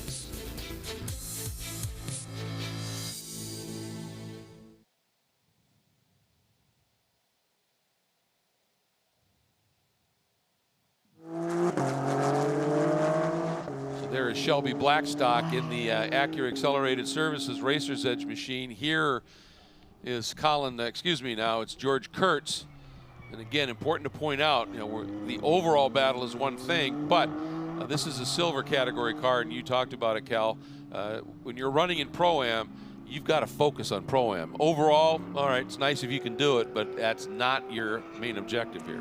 No, it isn't. I'll tell you what I'm really curious to see as to whether we see a penalty come in the way of the 63 DXDT Racing Mercedes, because Dial, as he rolled down pit lane, that looked to be awfully late. He had to be either side of it. He either just got in time or just missed it. So hopefully we don't see our second penalty of the weekend for someone missing the pit stop window. We had one that came too early yesterday in the case of the Racer's Edge number 93 Acura. That's a good point. Like I said, just doing rudimentary math, which is all I'm capable of. I was watching it running laps in the 140, 141s. When Colin crossed the line, he had 1:50. So that was 9 seconds that he had to spare, and it sure, as I recall, the 63 was more than 9 seconds behind him. Yeah, it was right around that margin, so it had to be awfully tight, and I think they just wanted Ryan to be able to display the speed and utilize clean air to maybe try and leapfrog around the 24, but Gandour had a slow pit stop exchange anyway, so it's given Askew that track position. We'll wait and see if we see any messages come up. And tell you that Max Root to Fred Portet, that was a pretty solid stop as well, as they right now have moved up into third overall. Fred Portet has. He's been really impressive, put in some great runs at VIR. Had a suspension failure up through the S's, so we went for a bit of a ride that day and cost them an overall position, but been very strong. Swept the weekend at Coda. It's great to see Bill Sweetler back in action at VIR. He had a couple of AM victories with his teammate there, so certainly Wright Motorsports looking to rebound here by sweeping this weekend. look at this. A penalty, but for the DXDT Racing car, we didn't expect a pit speed violation. That's not getting in too late or too early. That's just driving down pit lane too fast. Unbelievable development here after Colin Brown had done a great job building a margin in the Pro-Am class.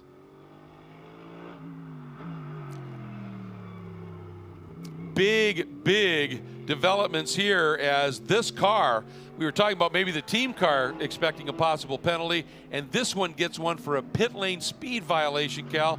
That's just gutting. They had a superb pit stop, but in or out somewhere, it was a little too quick. Wow, that is going to be super disappointing for the CrowdStrike family here, because they look to be on. There we see Jeff Brown. He's looking at the data, trying to figure out what exactly went wrong here. Was it Colin Brown, his son, on the way in, or was it George Kurtz as he left his pit box and tried to get to the end of pit lane and minimize the damage? So they've got a penalty, and we're still hoping that the 63 car got in time and didn't run afoul of the pit stop window being basically over. Fine margins. Everyone's trying to cut it close here to try and get that position. And when it's a pit speed violation, generally, you know, they've got radar guns and they've got timing loops, and it's pretty well tracked here. And I'm wondering, yeah, I was going to say that's the smart thing to do. Just get in, get it done now, because then if a yellow comes out and you can stay in a good position here, you can maybe make something out of it. Yeah, but it's going to be a tough road. He's going to plummet down the order here a little bit.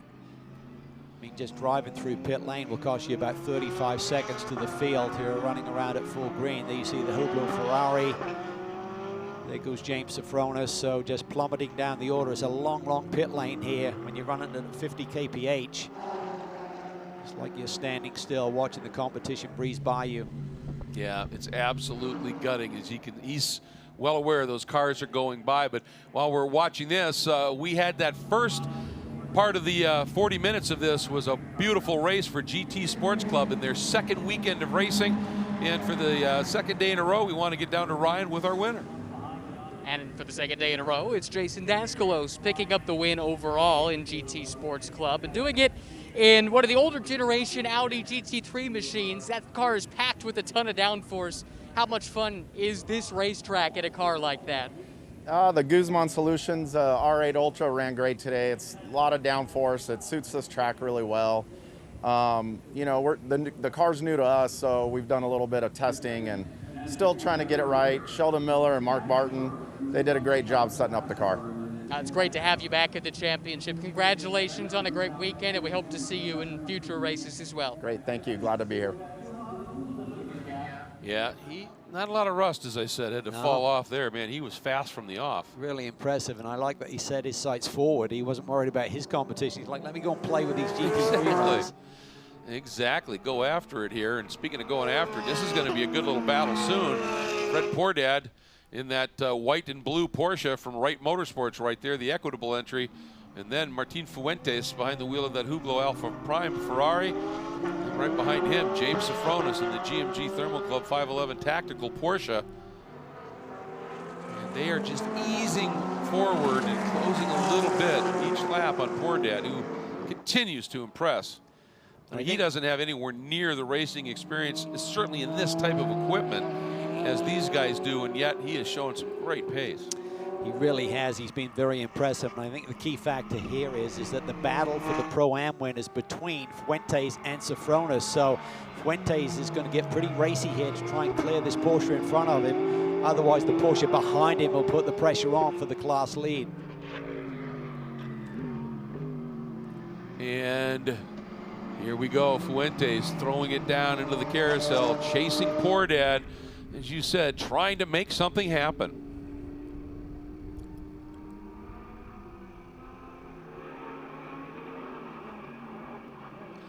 Looking at lap times, that last lap, Pordad ran a low 143 and Martina high 41. So he definitely has closed it up, and he has brought Sofronis right with him.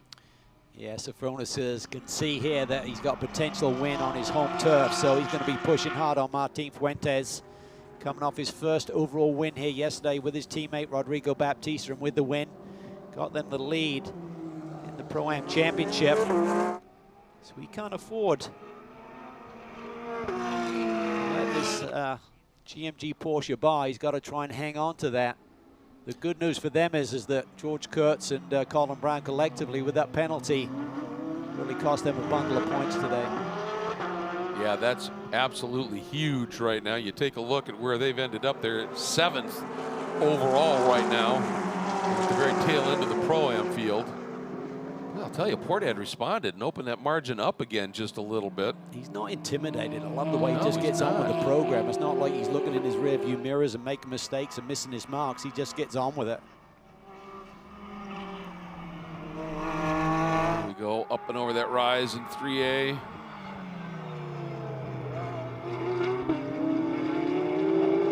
Love that sound, huh? That's really cool, listening to these cars echo around these hillside here.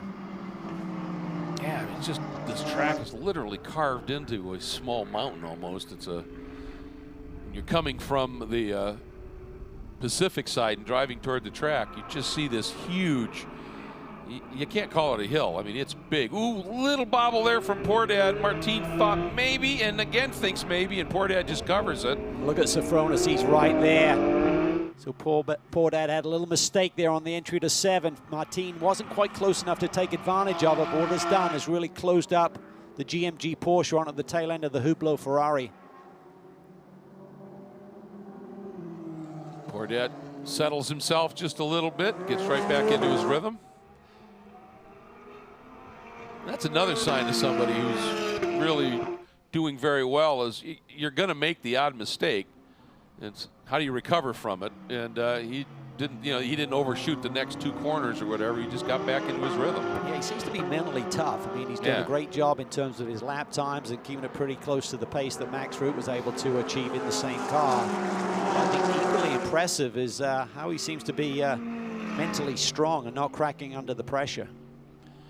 Look there at the TI Capital TR3 Ferrari of Ziad Gandour. And there's George Kurtz in the CrowdStrike AWS Mercedes. And he is trying to run him down. And looking at the lap times, Kurtz looks to have just a little bit more pace right now in his charge moving forward. George Kurtz in the CrowdStrike AWS Mercedes is up on the wheel. And he has got Ziad Gandour in the TI Capital Ferrari up in front. That last lap at least, Cal, he ran a lap that was a bit quicker by about 0.8 of a second than Gandour, so he's got some speed right now. Yeah, he's got the bit between his teeth trying to make up for that mistake that they had on pit lane, and really kind of a repeat of the action we saw here yesterday between these two drivers in the early stages of the race yesterday, with them being the starters. There's really damage control at this point. You've got Fuentes currently leading this race now as the championship leaders, and it looked like that the CrowdStrike entry was going to be able to eat into that lead, but with that mistake and the subsequent penalty, they're now very much on the back foot. George has to get around this Ferrari and just go on the charge. It's a little bit of an interesting dynamic too, isn't it? When you take a look at season points, you've got the number 14 of Afronis and Bleekemolen. They ran the first round, didn't run VIR, and it's tough if you miss a round to really be into the ability for a play in the points championship. Same story here for that second TR3 Ferrari. Gandour and Siegel, they did not run at VIR, so what they're doing essentially, they're looking for just a good run and a great finish. But for those season-long guys, they're also stealing points. Yeah, they're the buffer. So if you have a bad day and you got these other entries here on a specific weekend, it can really hurt you in the point standings. George is really catching him pretty quickly. Now the key is going to be when he starts to lose a little bit of that air and downforce on the front end of the Mercedes, will he be as effective around this race circuit? Meanwhile, this scrap continues, and Portad hangs on here. Here comes Fuentes. Whoa, carrying ahead of steam, floating the outside. Yeah, too much speed. Yeah, almost up and opened up the door there for Jerome Bleekemolen. Excuse me, James Afronis to take advantage of it. Yeah. Gathered it back up and managed to turn in just a little bit, and Afronis realized, ooh, better get out of it here. But This is one of those scenarios where I think Fuentes is just trying to get a little creative. I think he just rushed up on Fred Portad there and so got too. into the brake pedal and probably activated the ABS a little bit. That will take brake pressure away so you don't lock those front tires, and just had to go straight to avoid hitting the Porsche. Ran a little bit wide, now he's tight in there, he's up and over the curb, almost a touch there. Just managed to avoid contact, I believe. I think so, but boy, he almost came to a dead stop, didn't he? And Afronis had to check up big time as well. Now James, though, he's got a head of steam built up, looks to the inside. Through turn 1, climbing up into 2, Fuentes able to get back, drift across and hold that spot. But that's given Fred Portad a huge amount of breathing space, like 3 car lengths. That is an awesome move that James almost pulled off there. That is high-speed stakes up through turn 1. Very bumpy. They're just trying to keep the car over to the left, but carry a little bit more speed. So you're asking a lot from those Pirelli P0 tires. So Afronis, even though we don't see him on a regular basis, he is certainly not lost any of his speed. And this is a tough scenario for Fuentes because he's leading Pro-Am, which is where he wants to be. But he's got this very racy guy right behind him, and the car in front of him isn't in the same class. And, you know, if he'd made that dive, stayed with it, tried to dive down inside Fred, and Fred turned in and damage happens, you know, that is not how you want this to play out. So it's really between the proverbial rock and hard spot. Portad has just done an excellent job. Running second overall with an AM entry is just remarkable. Certainly set up by the great job by Max Roux early in this race, but Fred Portad, they know they're going to win the AM class, so it's all about overall honors, and that's really the icing and the cherry on the top. And he's got about 18.5 minutes. He needs to continue to deliver at this level, and he has just been superb. It's the Hopkins Investments Equitable and Live Right Motorsports Porsche. Baptista looking on there at his teammate as they exit turn 11. Fred opens that margin up. He's spots on this track. He's just outright got the pace over those 2 Ferraris, or that Ferrari and that Porsche, that are in his mirrors. Today's coverage is brought to you in partnership with Pirelli, with Rebellion timepieces, and with Total.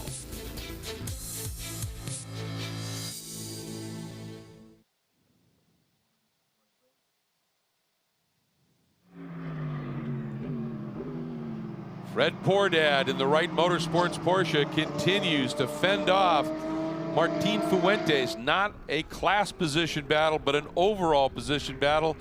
Portad in the Wright Motorsports Porsche holds it second overall, leading in the AM category.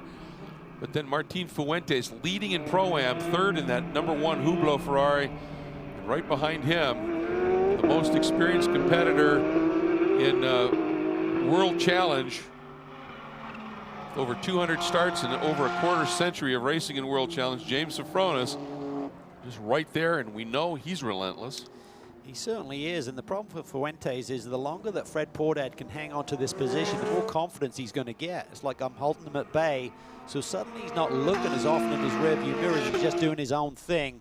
Turn 7 seems to be the vulnerable point on the racetrack in terms of someone making a little mistake and maybe opening up the door, but the rest of the racetrack, Fred is just hitting his mark, good power down off there. Look at that Porsche accelerate off the corner, gaps the Ferrari a little bit. Well, that's always been a strong suit of the Porsche, with that engine right over those drive wheels, as it plants and goes well, but it also has that pendulum in the back, as you say, and that can balance things out just a little bit. But getting back to something we were talking about earlier, when you're running right up behind a car with these aero-sensitive GT3 front ends, and those front tires start to scrub a little bit when they lose the air. Martin's been spending a lot of time right behind Fred.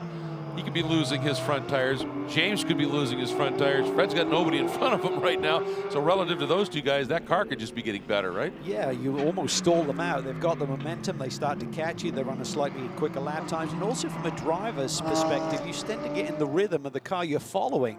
Instead of really maximizing your rolling speed through some of the apexes, you got to be careful of that. It's almost like you need to drop back a little bit and run back up on them with your true lap time potential and make a move from there. And speaking about potential, this run by the Racer's Edge pairing of Hinman and now Shelby Blackstock That margin, Cal, since the driver change and that caution earlier, obviously, has now it's 33, almost 34 seconds at this stage. In Blackstock running laps in the low 141s, everybody else in the 142s, they just have this thing is hooked up. And for one, this Acura NSX really seems to like this track, and the drivers love wheeling it around here. And these two in particular are doing just an absolutely superb job in the Acura Accelerated Services Racer's Edge Motorsports Acura NSX GT3. Blackstock, that margin now approaching 35 seconds, Cal. Yeah, it's really a dominant performance here. They swept both of the poles this weekend. Should have won yesterday, other than the little snafu by missing the pit stop window. I think they've been very smart with how they've attacked this weekend. On fresh tires, you can certainly put up an impressive number, but in practice 2 here on Friday, we saw them at the very bottom of the timesheets, and what they did, they allowed their drivers to do long runs on old tires to really get a feel for what the car would feel like in conditions like this. So it really seems like they've executed to perfection, other than that little miscue in terms of the communication with the change of the pit stop window for the first race yesterday. And did I hear correctly? Also, part of the reason for running the old tires was Hinman had never been here before, and Hinman said, well, let's not burn up a nice set of tires on me just figuring this track out. But I think, as you said, it ended up having a really strong double effect for him. It did. You see a little slide there from Fuentes, so it seems like Fred Pordat is driving away from these two guys now, so I think you may be spot on, Greg, in terms of thinking they may have used up their tires a little bit running in that dirty air in the wake of the Porsche up in front of them. Even so, man, this is an impressive drive by Fred Pordat. Every race we go to, at some point we're talking about, wow, is he looking really strong? He's doing it again. Well, he blotted his copybook a little bit in the opening rounds of the championship at Coda, where he crashed in qualifying pretty heavily, in fact. So that probably shook his confidence a little bit, but he came back at VIR. Wow, was he really, really quick there.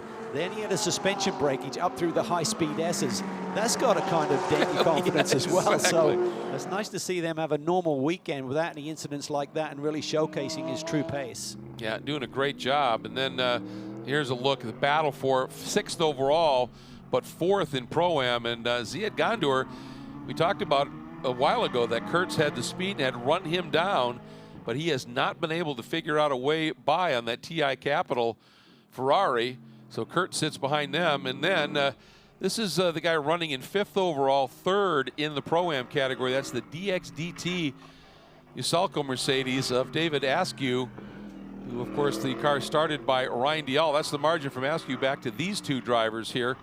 And just looking at the times here, those two guys behind him running a little bit quicker than David, and we've got, what, 12 minutes to go? Yeah, it could be really close. Looking at the delta in terms of lap times and the margin between these two chasing after David Askew, who's doing a really nice job. He's another one of these drivers who's really starting to find his feet. Sold one of his businesses recently so he can even focus more on his racing, and he's a racing addict. You give him a weekend away with that race going on, he'll be doing lapping days, trying to really fine-tune his craft here behind the wheel of a race car. Saw his daughter make her pro debut at VIR very impressively as well. He's also a big competitor in deep ocean sailing competition too, isn't he? Yeah, he's certainly got that competitive urge throughout him, so he's just got to hang on here. George Kurt's big run there on Gandour. Sure if there's an issue with Gandour, but he really lost a lot of speed there through turn 8. Ooh, runs wide there, but this is where Kurt's made the move yesterday into the brake zone for turn 9. It's close enough. Gandour's going to have to defend that inside line as they get towards the brake pedal. Here comes George down to the inside. now that's something that the stewards might look at, because in GT World Challenge America competition, you can defend, but the minute you move in reaction to a move from somebody behind you, that then is considered a block. And Gandour doesn't have a lot of experience running in GT World Challenge competition. Other series where he may have run, they don't necessarily have that rule. And so hopefully somebody as savvy as Greg Romanelli in the TR3 pit box who knows these rules will say, got to be careful with that one. You don't want to get a penalty here. Well, they'll give him a warning initially, Right. unless it's too egregious, but certainly what you got to be is proactive. You can't react to the driver from behind just taking the road away from him and making it dangerous. So he certainly needs to be a bit more subtle with those moves. If you're first to make the move, I mean, you can put your car anywhere you want, but it's the guy behind you. If he makes a move and you react to it, a nice run down through the carousel by George. His confidence is really strong. Look at this now. Fuentes. I wonder if Martin backed off just a little bit based on what we've been talking about, just to get a little bit more air into the nose of that car and let those front tires settle a bit and come back, because he's back on the charge. Either that or Fred did have a little slip, maybe That's a little true, bobble too. somewhere and allowed the gap to shrink. He's back with it. It seems like James Afronis may have taken a little bit of life out of his tires there, and he's backed out of this race a little bit. And again, for Martin, you know, second overall's nice, but, ooh, Kurt's close this time, and Gondor defended early. That's how you do it. Now, can Kurtz cut down and go underneath, get to the throttle a little bit quicker? Not quite. What I was saying about Fuentes, he's got the lead in Pro-Am, and his closest competitor is dropping off just a little bit. So how hard, how much risk do you take trying to get around Poor Dad for second? Well, we've got 9 minutes to find out.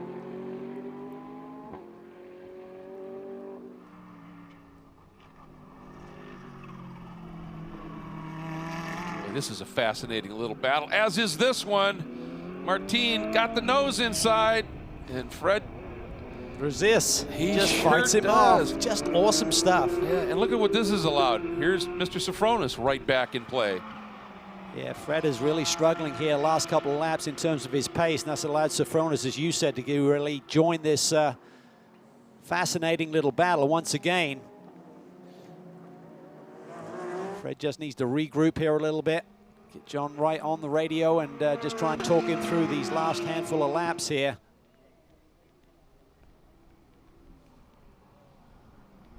Down into the hairpin, nobody close enough to really do much here. And again, Poor Dad, second overall in the AM category.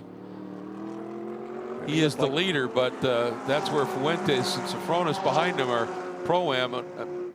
You just have to wonder how much risk is Martin going to be willing to take here. Well, I think he can afford to be a little bit patient, not a lot, but Afronis seems to be struggling for grip a little bit. Looking at him come through turn 11, he really couldn't get the car to turn and cut the corner. So that may be the relief that Fuentes is dealing with. But you know, if Fred backs up any further, he's just got to go. And now it seems like Fred is really struggling a little bit, couldn't roll the speed there through turn 4. So maybe his tires have just peaked a little bit in terms of their performance. Well, he's been hounded for an awful long time here. Here we go. He may have pushed those tires, like you said, past their prime at this stage. And Martin floating some speed down the carousel. He's working him over. Watch this, he's going to try and cut underneath. Fred sees it, blocks it, all totally legit. Almost a love tap there, and Afronis is right there once again. Yeah, with Fred tightening that angle up, knowing where Martin's going with that, it's just slowing them both down big time relative to Afronis. All right, here we go. This is a good overtaking area, but nobody's close enough to do much with it. And Poor Dad dropping that tire, throwing up a little bit of a dust screen into the face of Martin Fuentes here. As we're at 6.5 minutes to go in Sonoma. Fred Poor Dad having a superb run. It has turned into a hardcore defense, though, at this point, Cal, as we're coming up on 6 minutes remaining in this 6th round of the GT World Challenge America, powered by AWS and sponsored by CrowdStrike Partnership.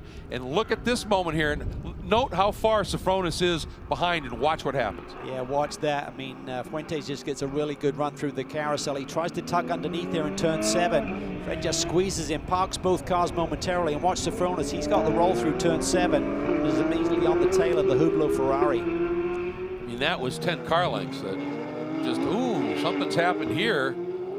If Martin had a little attack and didn't make it stick, and suddenly he's lost a lot of ground, taking the pressure off Fred. He can continue now to hit his marks. So Afronis, there's a problem. Something broken. Yeah, he's either got a cut down tire or broken suspension. Oh no, this is huge. Big win yesterday, into the point lead. Wow, that's interesting. Don't see anything. Maybe a championship throttle, leader. A stuck throttle, possibly? Well, that's massive. So now James Afronis has moved through. Watch it here. A little wiggle there. Something's going to miss with that Ferrari. He's lost grip, lost balance. Crested to the hill to get into the carousel and just went straight on him. Fortunately, there was that little bit of access road that he was able to utilize there and get it back on the race circuit. And there is the Squadra Corsa TR3 crew on the radio. Ties. Must have lost some pressure. Oh boy. Fronts. Oh boy. Well, we talked about running so close behind Poordad for so long. It can really take a toll on those front tires. Here he comes. Yeah, it's cut down, I think. Something maybe cut down on it. Trying to figure out. He's just lost some pressure. You don't see it like down on the rim anywhere. No. So maybe a suspension. Maybe it isn't tire. That's what I was just thinking, because it looked like it's. Dramatic moment in the championship because there'd been a big swing with Kurtz and Brown looking at potentially grabbing the victory. And it swung the way of this Hublot car. The mechanic can see on this corner.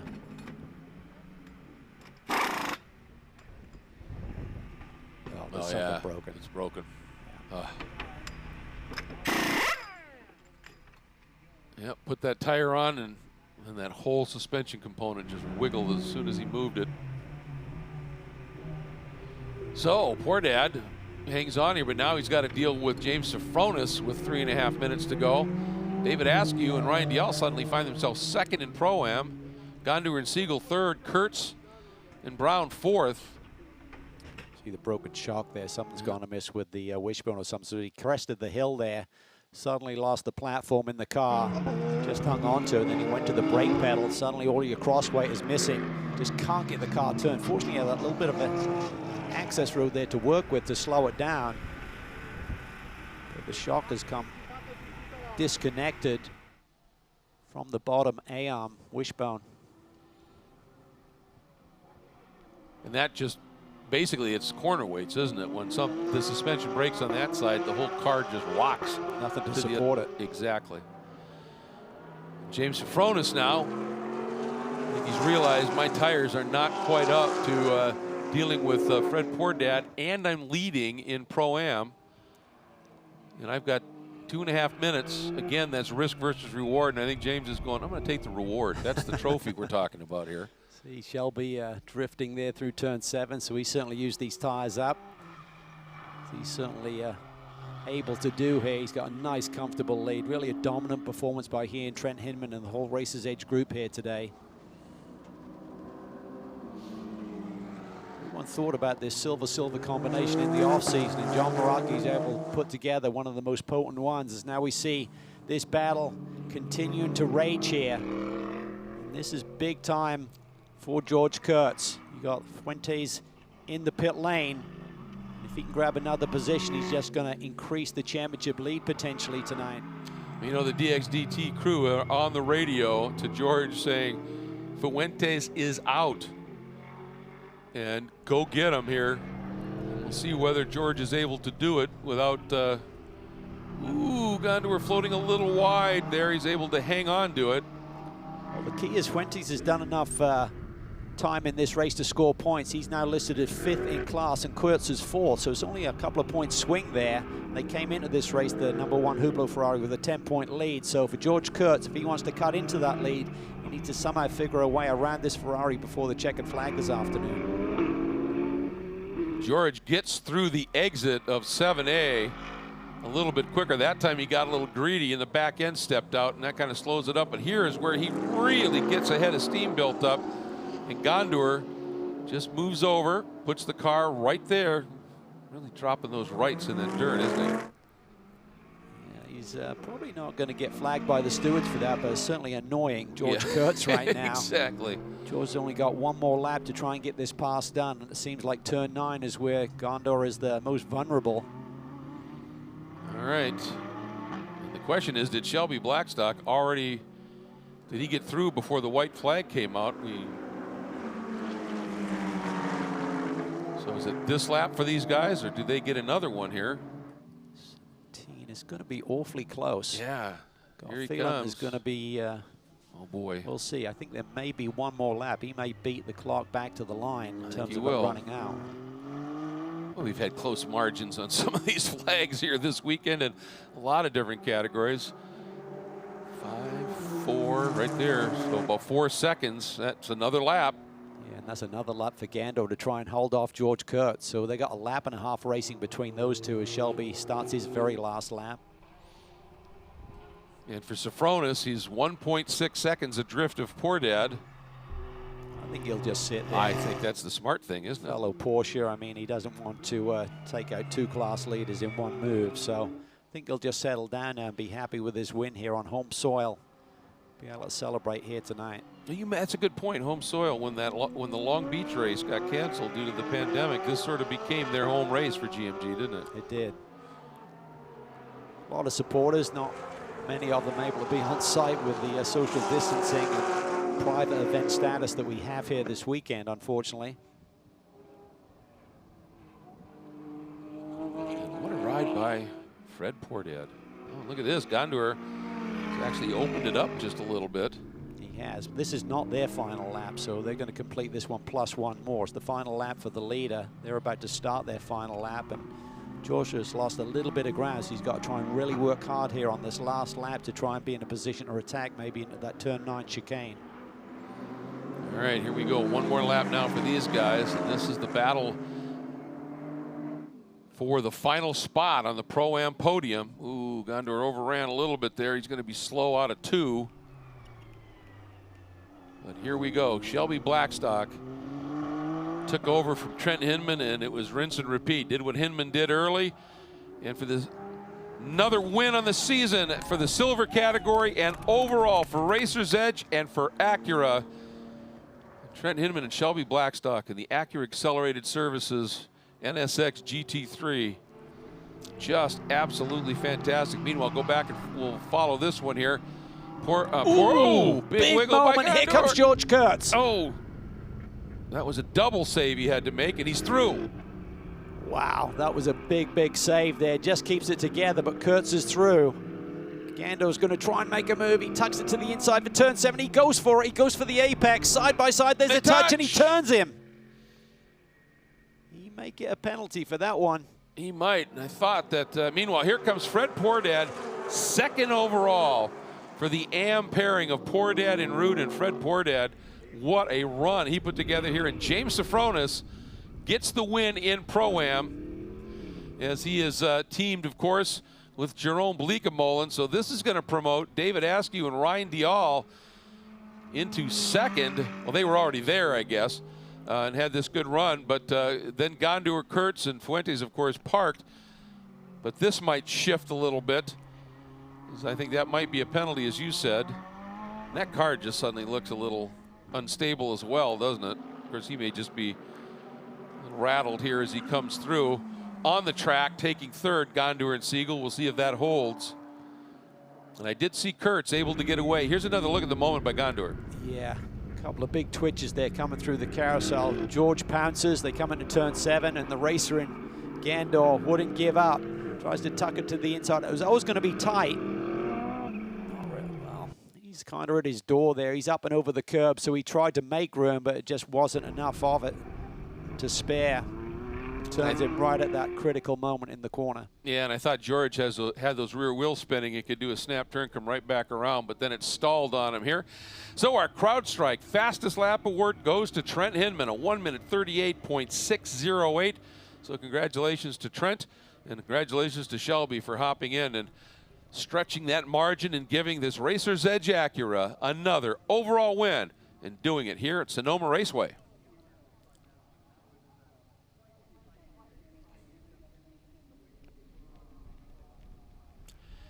Some late race drama unfolding here at Sonoma on a couple of different levels, Cal. Yeah, there really was. It was, this race certainly had its moments, but for this team, boy, that was just perfect execution. The drop of the flag, they just wouldn't be touched. John Maraki, congratulations, mate. Just a great team effort. Shelby following up from an awesome opening stint there from Trent Hinman. Big day for Acura.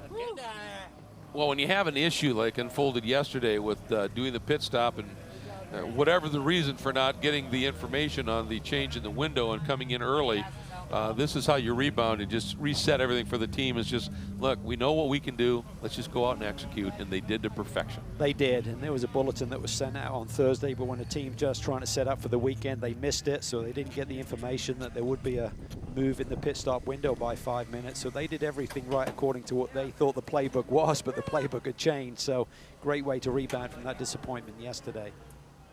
And I'll tell you, this could be really the story of the day, though. The drive that look at that, Max Ruud is just over the moon. Max did a great job, but, you know, he's the young gun. He's the rising star. You expect that. And for Fred Poordad, who's done GT3 Cup racing, but nothing consistently at this level, for him to do what he did today, Cal, that's just stunning. It really was. He was just unflappable. Yeah. I mean, at the end, it looked like he lost a little bit of pace, maybe a little bit of grip in the race car, but he just wouldn't be moved, literally, and just hung on there for the AM win and second overall. That was just a stunning performance. Yeah, it sure was. Just great job. So look at this. We got Silver, AM, and Pro-Am in the top 3 overall, 3 different class winners. That's kind of cool stuff. And for James Afronis at the home race for GMG Racing, to have it come through like that, that's pretty magical too. And Dial, who was stymied in the early going, they just stayed with it and never gave up and end up with a second in class. That's good. I mean, big boost for them in the point standings. They're kind of coming from behind. They're on the back foot a little bit. So that's a solid result for the number 63 squad. And we'll see who ends up ultimately with that 3rd spot. And the problem for Martin Fuentes, of course, has them 5th right now. We'll see if that changes as well. But wow, some serious drama here in Sonoma. Well, getting ready for the celebrations in Victory Circle. Let's take a look at the results provisionally here for this 6th round of the GT World Challenge America, powered by AWS and sponsored by CrowdStrike. Hinman and Blackstock with the overall win and the silver win. Fred Poordad, what a drive. And he and Max Ruud teaming for 2nd overall, winning in the AM category. And then Blika Mullen and Safronis getting 3rd overall and winning in the Pro-Am category in what became their home race. David Askew and Ryan Dial never giving up after getting trapped early in the racing for Dial. They end up with 2nd in the Pro-Am class.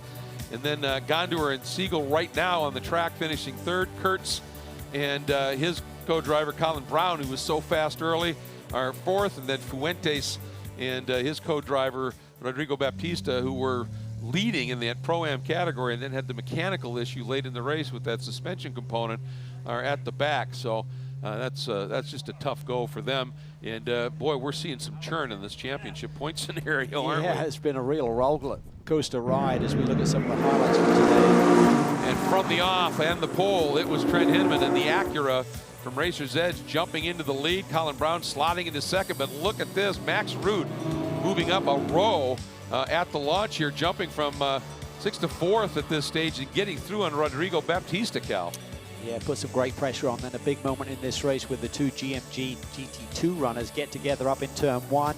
Caused a yellow, but at the end of the day, the winner in Sports Club was Jason Dascalos, sweeping the weekend. Yeah, he had a great run going there, and then a battle that was just going to rage for a large chunk of the race here as Baptista in the Ferrari up front doing everything he could to fend off some drivers. And then at the driver change, you had this great battle starting to unfold. Fred Poordad feeling the heat from Martin Fuentes and James Safronis. Well, watch here, moment right here. That might have been when that shock component failed, and then it really let go on him here.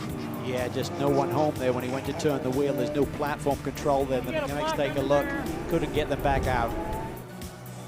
And at the end, it's Racer's Edge and Acura coming through and getting the win overall and in silver. And late lap drama, in fact, last lap drama right here. Touch. Colin Brown, after finally figuring a way around Gondor, turns around. Gondor drives off.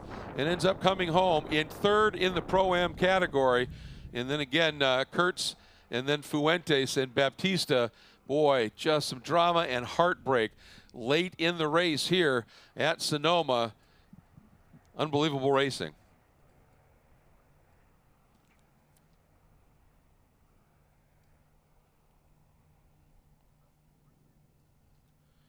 You see the crews here out starting to clean up that turn-in into turn 9-9A because there is yet another race that's going to unfold here today. So they're getting prepped for that. But I'll tell you what, just some absolutely fierce racing and great drama in this one. I mean, nobody had an answer, obviously.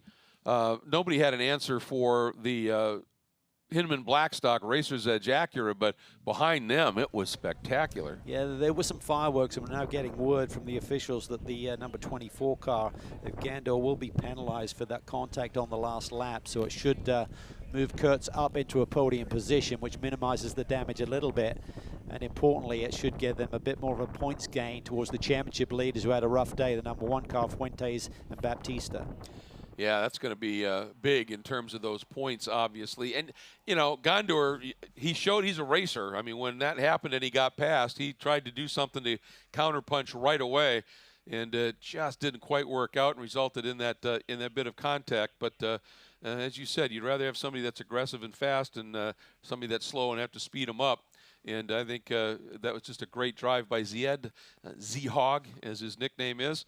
And always nice to have Siegel there. And if they continue this pairing, I think they could be some players in this Pro-Am. They really could. I mean, they showcased their abilities here today with the speed, and they were on for a podium run. Obviously, it's gone a little bit sour here at the end, but a great performance nonetheless. But really topsy-turvy race. A lot of combinations who were looking for a great day suddenly found themselves with issues. And conversely, people promoted up onto the podium at the last minute. Well, and the interesting thing is, we talked about it, Afronis and Bleekemolen are not really in this championship. Big swing of 7 points first to second. It's going to be a big day for Askew and Dial to move up into that points just a little bit. But with that penalty, if Fuentes ends up right behind Kurtz and it's third and fourth, it's not a huge point swing there. It's not going to be anywhere near as painful for those 2 Ferrari drivers. No, that's for sure. And as we see now, the official standings, Gandor has moved down below Kurtz. So that has now been made official. Oh, boy. Yep. And as you can see, we're getting staged up and ready for the podium here. And, of course, it is run under COVID protocols with distancing and the like, and everybody has to be wearing masks. And it's not always the what you want to see, but it's what we have to do, and everybody willing to do that here to be able to come and conduct these races. And we're delighted to be able to be here and present them to you here with the race call. All right, there we go, all set and staged. Let's get right down to Victory Circle with Ryan Marine. And we'll start with our AM winners, who ended up second overall, Fred Pordad. What an amazing stint you had there at the end with some highly experienced GT3 racers you had to keep at bay. Yeah, it was a great run. Ferrari Motorsports gave us an awesome car today. It was really a pleasure to drive. I felt more comfortable today than yesterday. And after Max's first stint, man, I had to live up to that challenge because he got us in a great position, and it was all I could do to hold those guys off. But I'm very pleased with our outcome this weekend. Great job by you, by Max, and the whole Wright Motorsports team. Congratulations. We'll have you step over to the side, and we'll continue more a little bit later. All right, there's the next group we're going to be hearing from here. And, man, what a topsy-turvy weekend for them. Never short on speed. That was never the issue here, Cal, but that little glitch with the pit stop window that they had yesterday. And, you know, how do you rebound from that? You know, does that affect you? Does this? Well, they showed us, didn't they? Well, I think the savior was they still got the class victory yesterday. Yes. They want the overall wins. That's what they're here to achieve and to get the Acura brand out front. But they showed their pace. I mean, they were the dominant car here this weekend. When you look at the times that Hinman was putting in, almost a second clear of a stellar field here this weekend. So that is making a big statement for that whole team. It is indeed. Let's get right back down to Ryan. Overall winners and a little bit of catharsis, I have to believe, for the Racers Edge team. Trent Hinman, how good does it feel to put yesterday's disappointment behind you? Ryan, it's awesome. I mean, we had 3 not-so-ideal races in a row, especially going back to VIR a couple weeks ago. Felt like we had a really good shot at 2 wins there. You know, just factors outside of our control got in the way. Same deal yesterday. Not a whole lot you're going to do. Just an honest mistake by us as a team. But I'm really proud to be a part of this Racer's Edge Motorsports crew.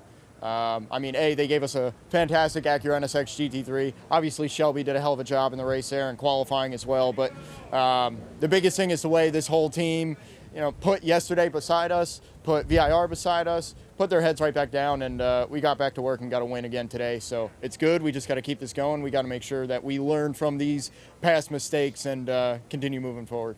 All right, great, really good job today. Congratulations. Thanks, Ryan. It was indeed, and his teammate Shelby Blackstock filled in at the end and brought it home with an absolutely fabulous run. We are done here at Sonoma. Next up, Road America, a vastly different venue and equally exciting. Thanks for joining us from California's wine country. We'll see you in Wisconsin.